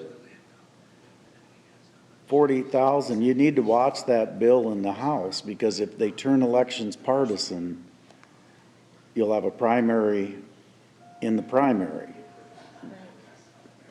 there's really a bill right now Yeah, for that? absolutely, and it's especially for large cities. Where Right? is it? Did it make the funnel? What's that? Where is it? Did it make the funnel? Made the funnel. Will require you to run it as a partisan in elections. I'm going to be the bad guy. I don't want to change my mode of operation, but it has nothing to do with the warming shelter. But I'm telling you, when you open up this Pandora's box, there's a whole lot of agencies that are going to be here asking why they have never had that opportunity. And I don't have an answer for them. I've already been asked. So how do we pick winners and losers? I don't see this as a city function. I never have. Counties are supposed to, you know, in the old days, we had the county home. That's a county function to provide this service. County's not putting any money in this. And I don't know where it became a city function. Even if you like the work being done or not, that's not the point. The point is this a city function? And how do we tell the next 5 groups that are going to come, because they're going to come, I can tell you that, how do we tell them no and we pick winners and losers? And I don't know that I want to be part of that, so I'm not supportive of that. I'll just throw it out on the table right now. And is that where we? Back to wrap up for. Well, I was going to say, is that where we need to have that discussion now? Is that where do you want to have that? I want it so when we do does it wrap up, come they can bring as separate, many or? people as they want. And I want to be fair and tell them where I'm at. That's what I'm asking. Right. Yeah. I think it makes sense to discuss it now, but then vote on it. Yeah, each one of the items that was requested by council will come back and wrap up for a vote, but you can discuss it here today. Well, my thought process is, and Mayor, I appreciate your comments, and we do probably need to address the other agencies, but the warming shelter's been successful. They've not asked for any money from the city previously. I have 2 points I want to make. One is from the standpoint of humanity and the work that they do. The second point is the huge investment we've made in downtown, the huge investment we're making on the riverfront. And if they would close their doors, we would have to have an alternate solution of what would be to come. And that's not a threat, it's just the reality of it is, and we fight that every day. I am downtown. I live about 50% of my life downtown. And I know what some of the warming shelter people are going through. I know that they're coordinating with other agencies. They're working hard to coordinate with other agencies. I was at a meeting this week with Matt Ullman, where the point was brought up that there's a lot of lacking of services for mental health, for addictions, and for case management. And that's hurting the city as well, and it will hurt our investments. I remember when we had the tournaments at the convention center, had the banquets at the convention center, and I would go outside, and some of the young athletic females were being solicited by just by third parties. So I did call the police on that to just have them removed, because they're coming into our city and they're getting harassed walking just into the convention center.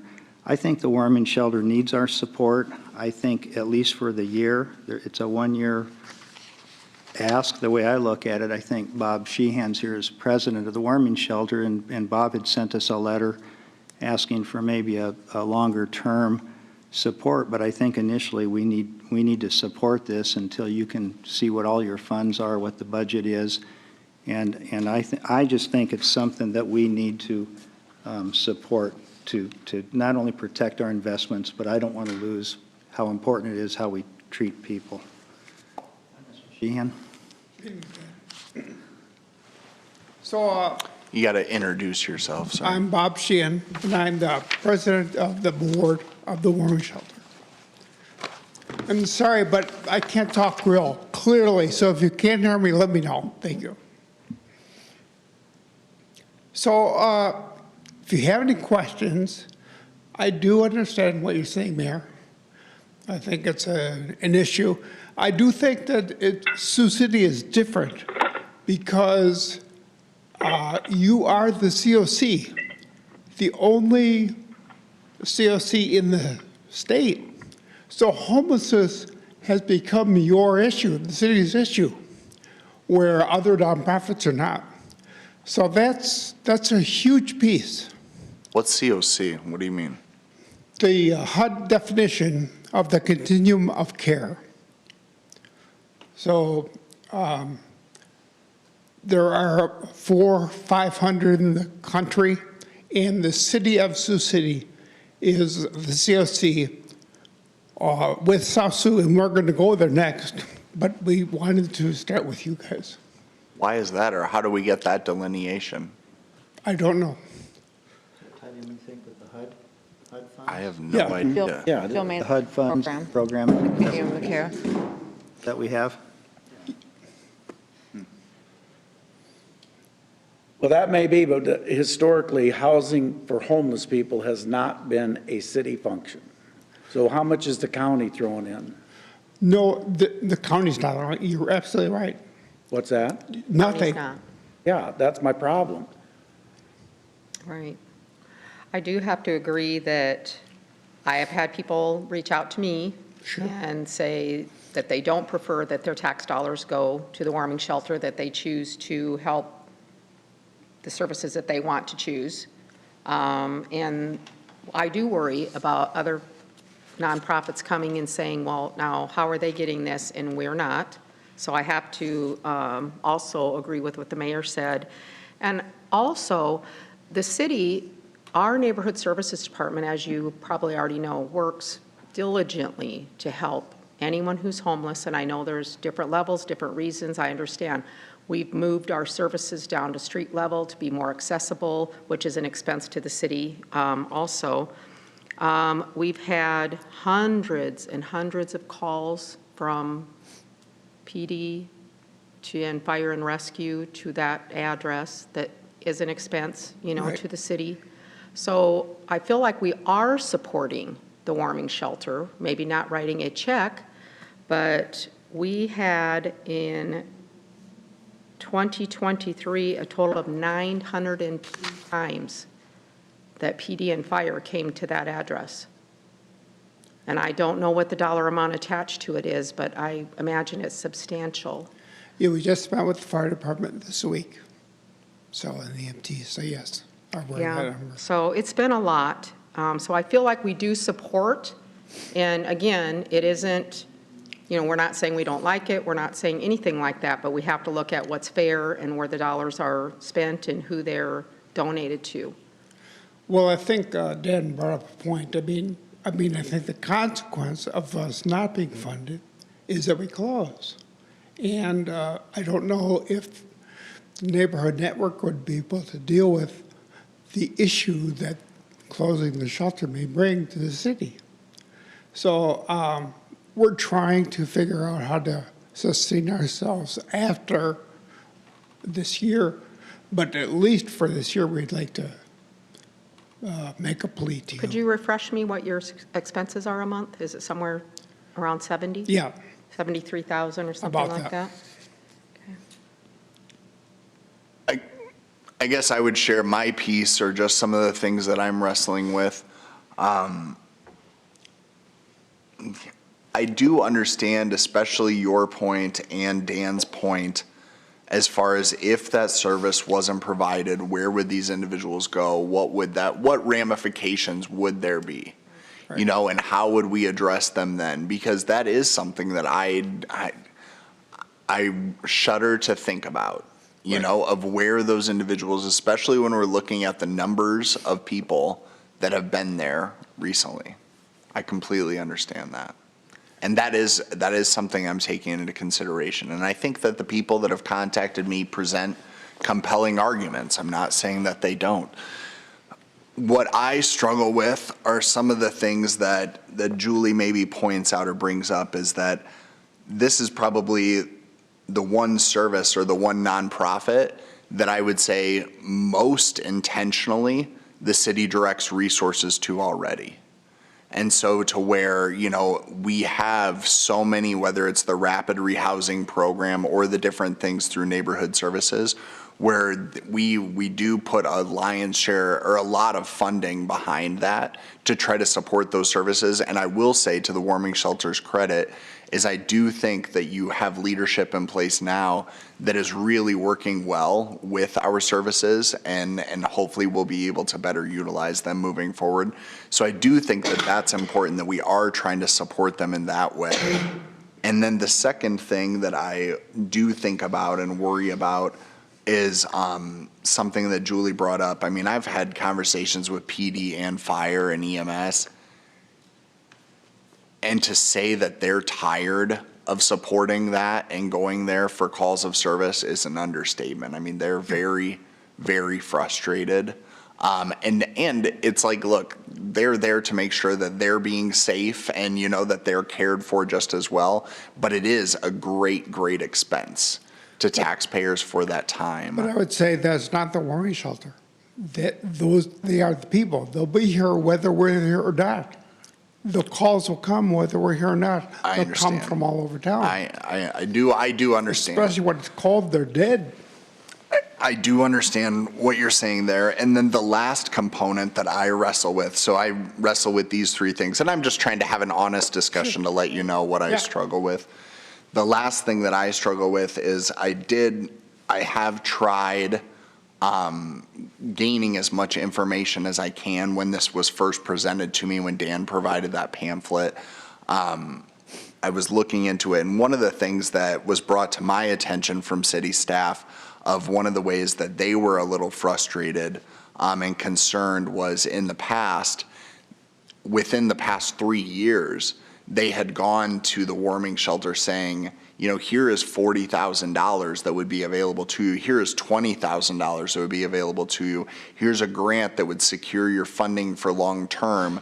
And in many ways, they never received an email back. They never received a phone call. And to my knowledge, that they'd never been taken up on those funds that were readily available. And so it worries me that, you know, when we did have money that was available for them to support those services, we didn't take them. And now, I mean, Dan points it out, and we all know the budget is very tight this year. So now, of all years to be coming to us for support, this is probably the most painful point. Okay. And so those are the three things that I'm really wrestling about, but I do understand your point, and I feel that it's a service that we need to support or find creative ways to support, because without it, I do worry about the investment that we've made in downtown that Dan brings up. Well, I appreciate your concern, Alex, on your third point, and I think we have corrected that now. It's been a year since we had those issues, so I think they are on a good track at this point. Yeah. Well, the other side of the coin If I on could jump that. in. Go ahead, Matthew. And I apologize. So a couple of things here, because there's a lot of very not completely truthful information that's being thrown around, and I feel the need to kind of correct some of these things. Right now at the warming shelter, they're full up on family rooms. They're what? What was that, Matthew? Matthew, what was are that? living out of their car, and we don't provide that service as a city. As the city of Sioux City, there's no beds that we offer to people. We don't offer shelter. Many other cities do. Many other cities put a lot of money forward because homelessness is a public health care issue. It's a public health care situation that we have to deal with. If the shelter closes down, there's nowhere for people to use the restroom in the downtown area. So they go on the sidewalk, they go on the street, they go behind a building because there's nowhere for them to relieve themselves. You're talking about service calls that the police and the firefighters and the ambulance are having to make to the warming shelter. That's one location in one general area. Can you imagine if those were spread out throughout the city? If we're receiving service, if we're receiving phone calls about emergencies under every bridge in the Sioux City area, how much more time and resources we'd have to spend towards that I'm thankful that the majority of the calls are quick medical issues that they have to stop and help out with. But that's another reason not to underfund homeless services in our city. If we don't pay for a healthcare professional to offer preventative care to homeless people, we can't really be like, oh man, this is costing our 911 services so much. We have to send out ambulance for this. That's a lack of world experience, and I'm sorry. The fact of the matter is, they came forward, the number that was come up with initially was $100,000. What's being proposed here is $50,000. And honestly, that's a drop in the pool. Cities have to invest in their public health. And this is the public health, this is what we need to invest in, personally. And I'm passionate about it, so I'm going to try and limit my remarks after this next one. But I'm not discrediting what we do as a city for homeless. The neighborhood services do some great things. The fact that they're starting up the street team is awesome. But the fact of the matter is, we're not going to prevent homelessness until we get people in homes, until we get people housed. We have no ability to deal with the amount of people that the shelter is housing, and we have no ability to put these people in homes and offer them housing or shelter first. So this organization wants to do it. I personally am in favor of us supporting them because it's a lot cheaper than us doing it ourselves. And if we need to have conversations with the county about the county kicking in, we have to have conversations with the chamber about the chamber kicking in. I think this needs to be a community effort to help them out. If other organizations come forward and they put in the amount of work that the warming shelter does, and they can show that they've got triple digits worth of residents that they're keeping off the street and offering services to, then I'm open to that conversation as well. If they don't do this amount of work, if they're not helping out with our public health crisis as much as the warming shelter is, well, then that's another story, and it should be an easier no. Are you finished, Matthew? Yeah. Okay.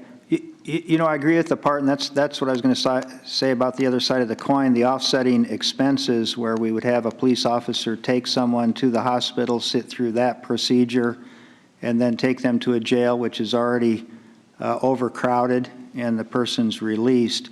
And we all knew that proceeding did not work very well for anybody, especially the community and especially the person that was in need of help. So those are offsetting expenses. I don't have any dollar amounts, but I can imagine a police officer sitting in a hospital for 3 hours while somebody's being checked. So I just think it's a service, too, that we need to provide. And if other agencies, like Matthew said, if other agencies are offering the same type of programs, maybe we do need to look at those. But I'm not one to say they're going to be knocking the door down to come to us for money when your budget's $73,000, $72,000 a month, and we're talking about $50,000 from the city. But I don't know if you heard that, but we're going to be bringing this item back to City Council for a vote when we go through the final budget process. Okay. One last question Yes. that I would have then maybe is to Dan's final point. Thinking of your monthly expenses and the $50,000, I mean, you're threatening or saying, that you would have to close your doors without that stopgap. What does that $50,000 really do? I mean, it doesn't even give you a month, so I can't imagine that. So I think it does a lot more than you think, Alex. Well, or at least that's being said. I think if the city participates, we have something to go to the county with, the board. We have something to go to other cities with. That you're taking the lead means a lot. That the city is committed to the homeless says a lot. And so we can go to Sergeant Bluff, South Sioux, we can go different places and say, so city take the lead, you have to participate. So that's one. Two, I think the business community is saying, if the city's not going to care about this, why should we? Why should we give you money if the city won't? And so that takes away their argument. So those two areas, I think, are the biggest pieces. Okay. Thank you. Bob, here's my problem with that logic is, this always happens, we're gonna go get the other cities to do it, it never does. I wish one organization that wanted money from this city would go to the other cities, get the commitment, and come back to us. So, but you are the leader. No, we're the leader in everything, and that's not the way it should be around here. And once they hear we give, historically, the other communities don't give. That's the problem for me. I'd like you to say Sergeant Bluff pledged 5,000 if you pledge 50. South Sioux pledged 15 if you give 50. North Sioux pledged 15 if you give 50. They don't have to give it to you, but make them pledge it. And the other side of it is they're not paying for those additional support services. They don't have the neighborhood services. They don't have the police and EMS and everything. They don't I mean, have those physical expenses shelter. that we do have, you know what I mean? Like, those are those expenses and they're benefiting from it. So it is one of those things where, to the mayor's But point, I wish. I would just say that you're the biggest person on the block, you know. I get it. And that's why those pledges would be relative, you know. And that discussion came up, Bob, when we had that meeting with the business leaders. And the response was, I had one business leader really get upset with me because he misunderstood what I was saying. Yeah. I said, no, we need to set the example. We need to be the role model. And if the other cities say, you know, well, the city of Sioux City, you know, contributed $50,000, that doesn't come anywhere near taking care of the problem. That's just a small part of a larger amount of money that's needed. Correct. And so I would hope that they would pay in. There was a story at this other meeting I went to where Sheldon brought a person down to the warming shelter, dropped them off. Sheldon, Iowa. Yeah. Dropped them off and said, here you go. Sheldon should be contributing to the warming shelter. But I've said for a few years now, we do need to get other communities in Siouxland brought to the table and you know, start paying their contribution. I still think there are some significant offsetting expenses with the police not having to go to the hospitals, with them having not to go to the jail to book somebody. I don't know if that'll change when the new law enforcement center is completed. I don't know. think it's getting worse. I don't know. But I have a concern. I have a concern about, and Alex said it so well, I mean, I do have a concern, especially when the riverfront development is finished, it's open. What are we going to see on the riverfront? I think we have the vision to head off a problem, and we'll know within this next year if we're successful or not. Yeah. And the city programs are important. All the agencies that contribute, Mayor, they're important. You know, there are a lot of agencies that are contributing, but there's still a shortage of case management workers. There's still a shortage of mental health experts. I mean, In the meeting you talked about that we went through this week, there is, all those agencies are coming together. So there is sort of a synthesis that's happening. You know, the COC that the city drives is, in fact, working hard with us as the warming shelter and other agencies too. So no one's doing this alone. We depend on the community to do it.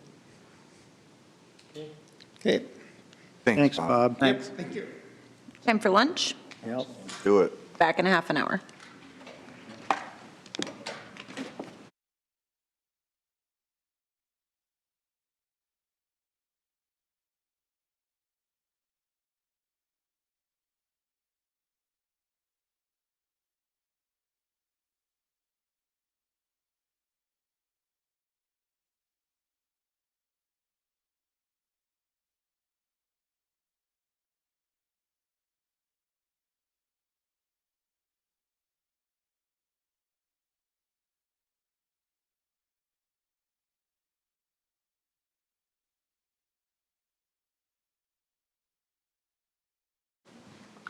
Okay, up next we have tourism, They didn't even ask. page 263.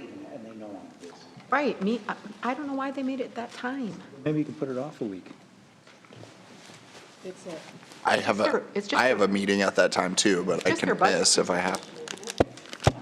They never even sent me an email, and they know I'm booked already. Matthew, well, it's on my mind, if he's, Matthew? Matthew? I have a question for you, Matthew. Yep, go ahead. Are you able to make the conference board meeting this coming Thursday at 2 o'clock? Wednesday at 2 o'clock? This Wednesday, yes, I can put in for that one. That one is during my plan time. I'll still have to request time off for it, but I should be able to make that one. Okay, and that's in the council chambers, right, Mayor? Okay, thank you, Matthew. Yeah, because Julie cannot make it, and I cannot make it, and Alex has another appointment. He could rearrange that, but he prefers not to. But the mayor has to know 100% because we have to be represented. Yeah, because, so we'd be counting on you, Matthew. Yeah, if you can't, Matthew, let me know, okay? Hey, I will be there wearing bells. All right, sounds good. There we go. Love it. All right, let's go to tourism. All right, tourism. Page 263. Hi, tourism. We're ready. Hello. Come on up. You can come on up. Come on up. Oh, okay. You're deep in thought. We're looking forward to talking to you about 5%. Didn't know I was going to get to speak today. I thought I just got to sit in the back, so. Yes. Please introduce yourself. Christy France, I'm the Executive Director of the City Regional Convention and Visitors Bureau. That's a mouthful. So I don't know if there are any questions, really. It's just, yeah, Okay, city manager, thank you. Thank you. that's it. City Manager, Thank you. page 95. Just took a bite of chips. Any questions you might have? Hang on a minute, I'm still turning to city manager. Well, I know I'm still turning to it.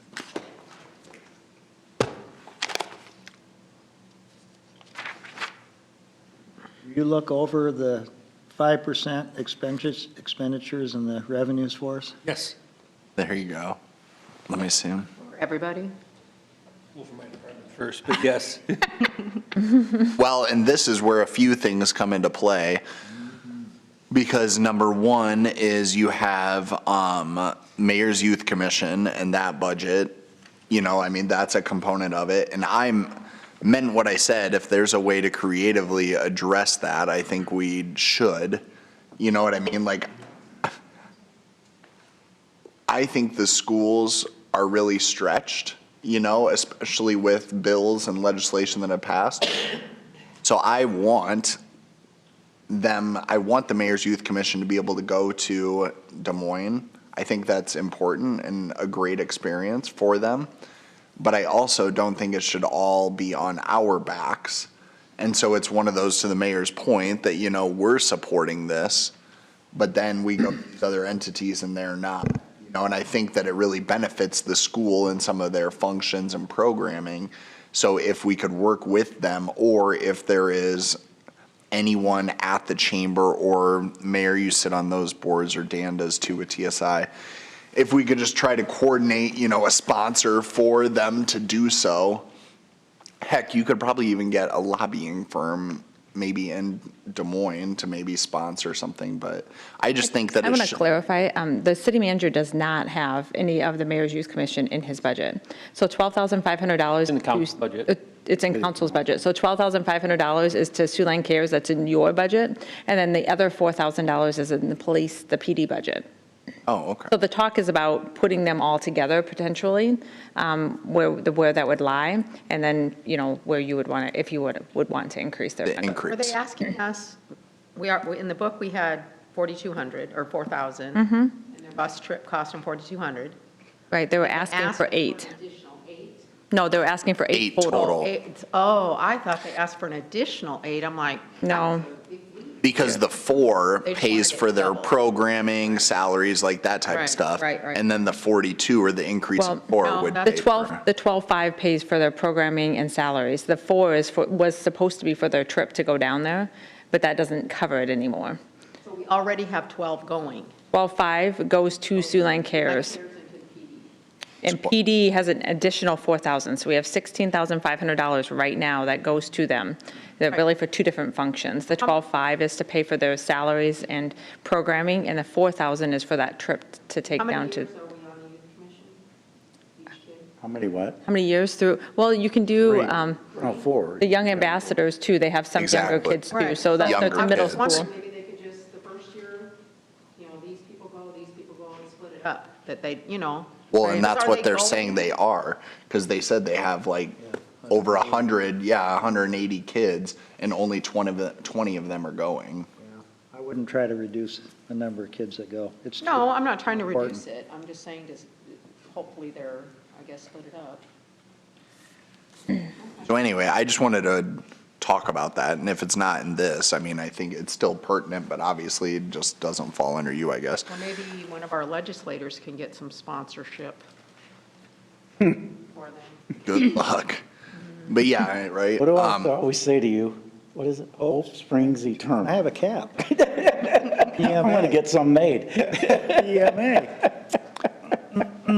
The last thing, or the second to last thing I would bring up is student interns, because I know that falls under this. And I just wanted to reiterate, and we have an intern in the audience, I just want to reiterate, I think the importance of that program.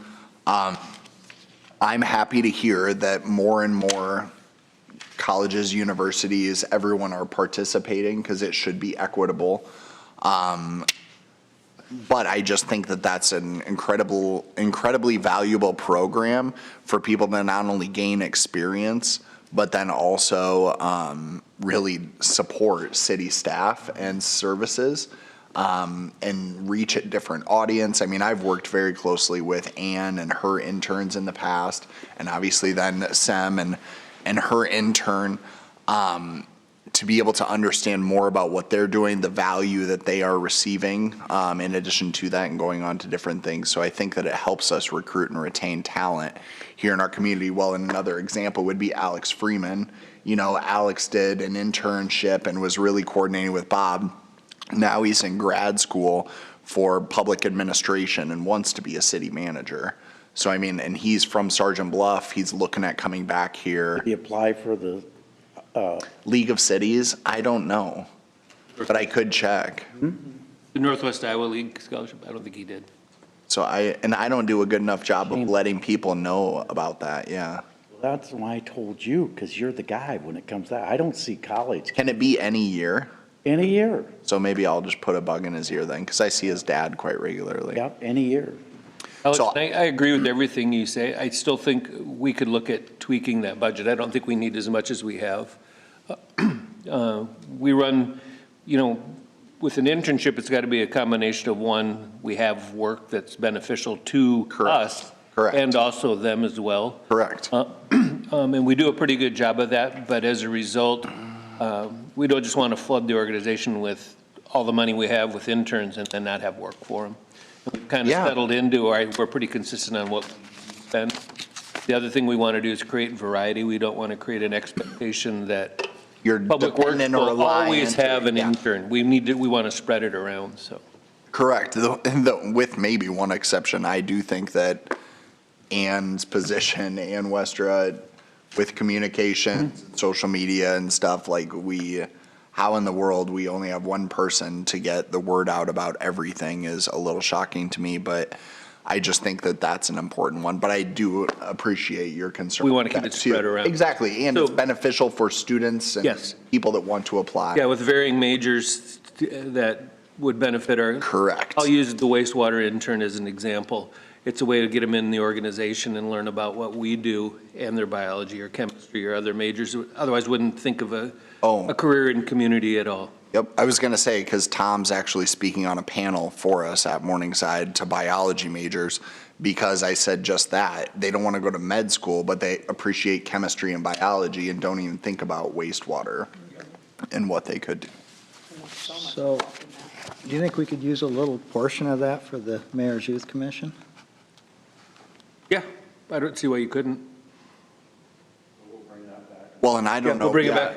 I don't know what you're looking at bringing it down to or what. I mean, I trust that historically you see that. The only worry that I would have is you have another intern that would be a great fit somewhere, and then you wouldn't have the funding for it. So like, that's the only thing I would wonder. But like I said, we try to use where possible, we use this money not as, we make them prove to us that they don't have, like wastewater is an example. It's not a taxpayer-funded operation, so we encourage them to find money within their own budget. Sure. Hi, everyone. Sorry, I had a quick question. So, Sam Harker-Rakuten, Community Inclusion Liaison. Alex, I know you talked about Ann, but also an intern's always vital in my office since I'm the one and only who does anything equity work in the city. So please don't cut it so much that I lose out of that. Just because it's really important when I'm out of the office, Camry's actually able to help me out with a lot of things. I know she's gonna be covering for me when I'm on maternity leave. And so that's gonna be really important just because I'll be out for 2 to 3 months. So just being mindful of that, especially since the department or the unit is growing so much. I just wanted just to be clear because she's very vital to my office. She's been with me now 2 years. And I hope that we can find a space for her in the city of Sioux City at one point. Obviously, it'd be great if she was with me, but I don't know what council's things are going on, and so I can't obviously ask for that right now. But I just wanted to say she's very vital, and she's here. She's been here all day doing the random acts of kindness giveaways for the Mayor's Youth Commission. So when I can't be there, she's able to help extend with that community outreach that I'm not able to do. So yeah. Sam, to put your mind at ease, we weren't looking at cutting. We're looking at the unused portion of the budget. Okay. Yeah. And maybe just wanna make sure. reallocating it. But no, the interns are definitely important to all of us. So Okay. Yeah. it wasn't to cut anybody or to cut any amount. Yeah. Well, and Just to the that, unused portions. Yeah, utilizing it elsewhere where we're not, since we're not using it where we are. but also to Padmore's point is we just got to make sure that we're not dependent upon that too. You know, it shouldn't be supported as just another part-time position. So it's like, while I think they're vital roles too, we just want to make sure, you know, to do everything that we can. But I agree, you have to look at priority and making sure that, yeah, where you can utilize that. And providing as many opportunities as many. Correct. Yeah, because it's exactly, while you might have a great fit too at some point in time, other people might be itching for an internship in various areas, so you have to think about that too. Yeah, thank you. Perfect. But Sem, if you want to stay up, because one last thing that I'm kind of going through all of the different positions that he has to be able to look through and thinking about it. And with yours, as far as the inclusion aspect, one question, or not even a question, one charge that I would give you to think about in the coming year is really what I would love to focus more on is internal application for your talents and for our goals with this position. Because one of the things that I was looking at that is still striking to me, and it's one of the things that I remember when I first ran for council that Flora Lee talked to me about extensively, and that was how to get more diverse candidates into this building and working for the city of Sioux City to really reflect our population and do everything that we can. And then it's like you look at Janelle's presentation of the applications and the diversity that we have on staff. And it's just sad. I mean, for me, you know, I just wish that we better reflected some of our populations and did more to address that, embrace that. I know that you've worked on culture things in the city or in our organization. And I really just want to see you lean into that in the coming year and think about some of those things. I believe you also have been sitting in on some of those interviews or working with human resources to be able to do that. That was one of your initiatives you wanted to do, just making sure that we're doing everything we can to be as inclusive and forward thinking as an organization. Because I think right now it seems some of it is external, and I feel the exact same way with human rights, is sometimes I think that we are way too outward facing and not just making sure that we are doing the things in-house that we need to do to be the best organization we can. Yeah, and so we've worked on things internally, like the affirmative action policy, and we had the plan that's from 1972 that we're going to bring in front of you all as human rights, human resources, city manager, legal, and myself. to dismiss the former plan and create better procedures and processes, because at the end of the day, I'm not in charge of hiring here. I can't help with hiring per se, because that's not my position, right? I'm not in human resources. The best that I can do is help out with putting out job postings that come up, which I have done every single Monday since 2 years ago, to diverse spaces and diverse places that may not see it. Yeah. The issue isn't that. The issue is at the end of the day, are all departments doing the same thing that I'm doing within their own spaces, right? As in doing the extra mile as well, because there are things that I don't know about, like wastewater treatment, with what their, professional organizations are versus what fire does, so it's about them also doing that. So that's why the policy and procedures can be coming in place, and Bob can probably talk about it as well. Yeah, no, and I think that you bring up a good point, that it's like you do know some of that and are able to shed light on that. And that's where like fire and police, I think, are probably the best example, because they talk to me all the time that diverse candidates are such an asset to them, because if they're bilingual or any of that, to be able to reach those populations when they're trying to do service. And it's like, if you can work with them on their internal recruitment strategies, or to make sure that it's as inclusive on the job descriptions and things you're updating, I think that's great. And we definitely have worked together. That's not something I don't do, right? It's a lot of times, now I'm required to have office hours so community members can come in and ask questions and things of that nature. And so that's the we're trying to figure out the flow right now at the moment. So I will further examine that with Bob and go forward from there. But I do ask that council takes it seriously about culture of the institution, because as much as we can recruit and get people in, retention is very important as well. And so if we don't have a model for that, then it doesn't really matter if I bring in a busload of people. You know what I mean? They won't stay. Exactly. Right. I agree. Reaching staff and helping them to understand. But that's why the policy and retention. plan is getting in Right, but place. a policy is a policy, but coaching and giving examples of that and getting our own employees more comfortable with accepting different cultures. Because again, if people aren't doing it now, handing them a sheet of paper is not going to make them do it. Well, They're I not guess going to open up their mind. I don't feel like I have the authority per se at the moment. To coach staff on inclusiveness? I can, but I don't have. Okay, I'm going to step in. Like, I can't. Authority is not needed. The role of this position is to serve as a resource to the department. It's going to the department and providing advice. It's not an authority issue. It's a consulting style issue. But with the rules that are currently at the House that say that you can't mandate any kind of diversity training, that can kind of fall into that. So that's why that's what I'm saying is I'm not allowed to do that within my role. So I'm finessing my way to try to get it done, but without making it mandatory, if that makes sense. Because you can't do anything mandatory anymore since June of 2021. That's why I try to supplement it by doing the differences dialogues after hours and then doing lunch and learn, so that there's still a way for the learning to happen without it being mandatory. Yeah. Because that's the problem, is there's an executive order that says we can't do them mandatorily. And and I'm not saying you have to force any department or like mandate that they have to go to training or anything. I'm just saying that I think if we could shift our focus to a lot of internal conversations and improve that culture to improve retention, that's what I want. I just want you working with them, not mandating that. That's what I think. Recruit, retain. Yeah, and we need to do a better job to make sure. That's all I have.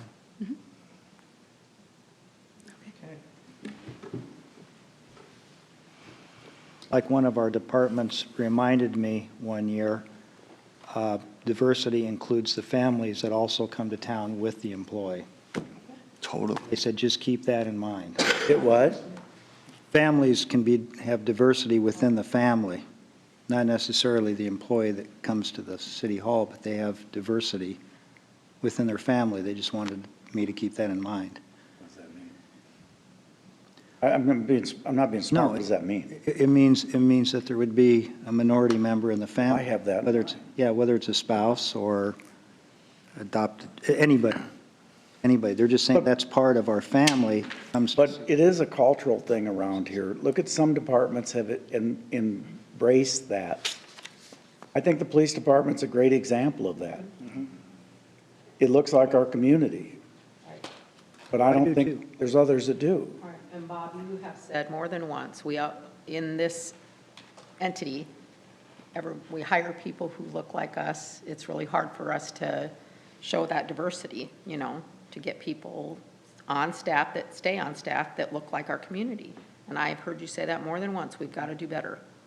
That's why. But it starts in here, under the roof. Right. But what I'm saying is if the police department can do it, anybody can do it.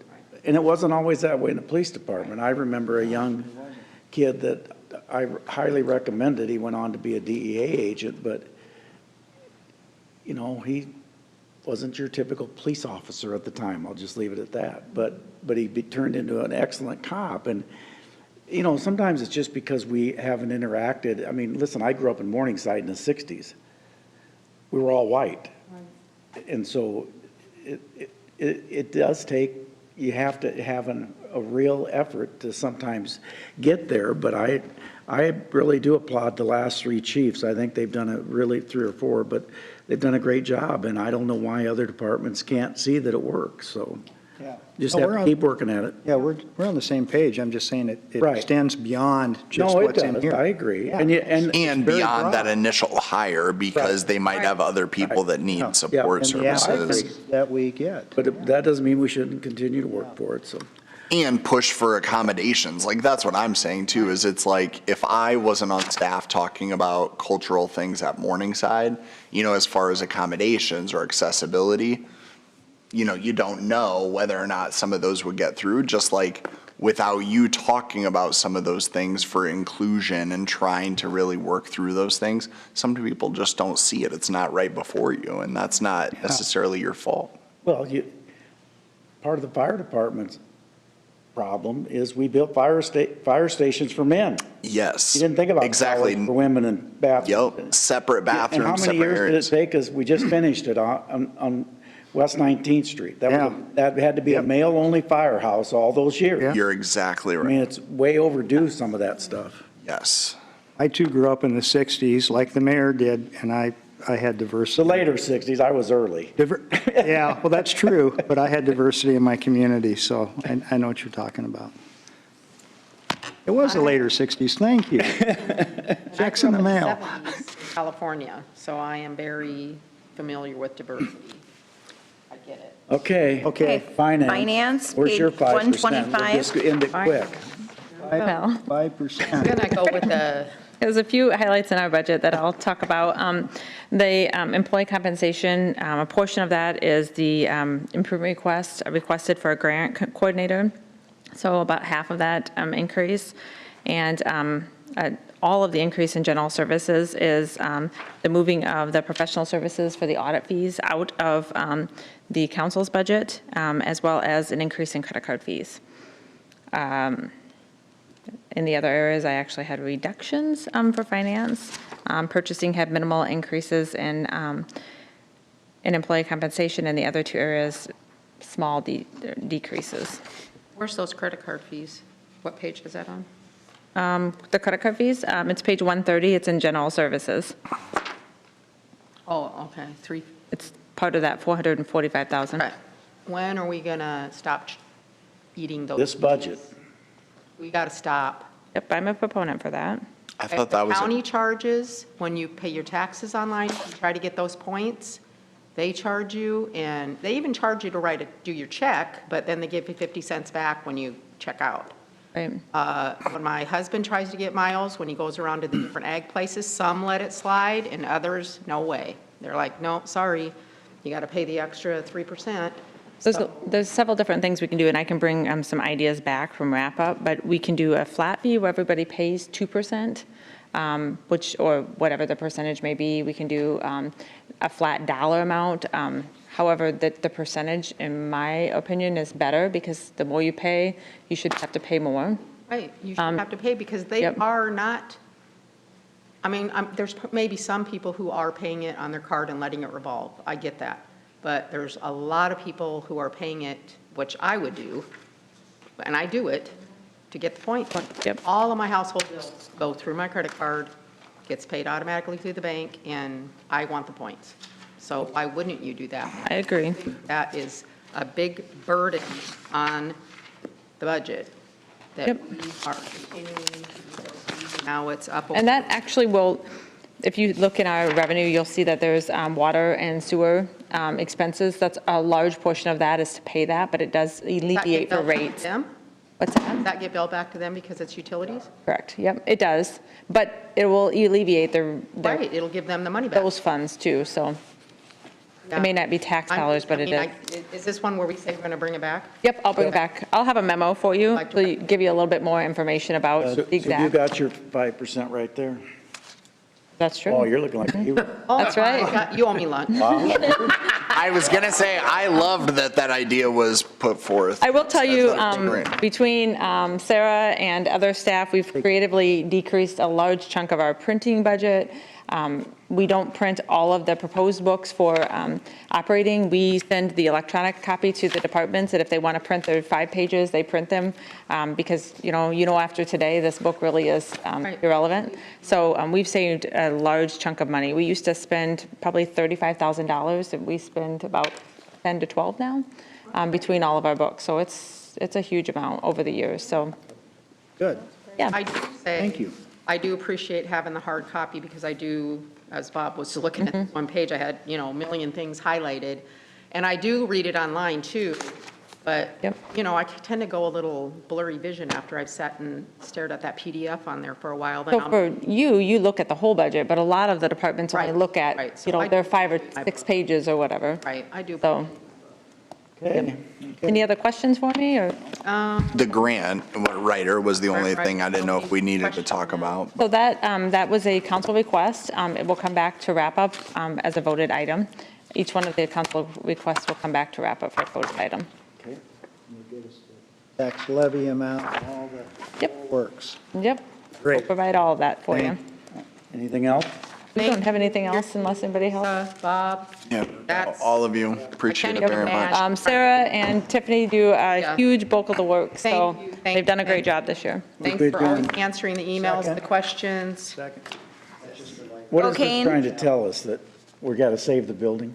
No, I just want you to. Right. No, I just want you to have the Don't go background. starting that. No, but I want you to have the Peter? background, because I Scott? Did you tell us where this is going? haven't given that to you. Mayor, say aye. I did. Waters? Aye. Moore? Aye. More? Did you? Thank you. Matthew, Going. did you get Matthews? Matthew? Yes, I did.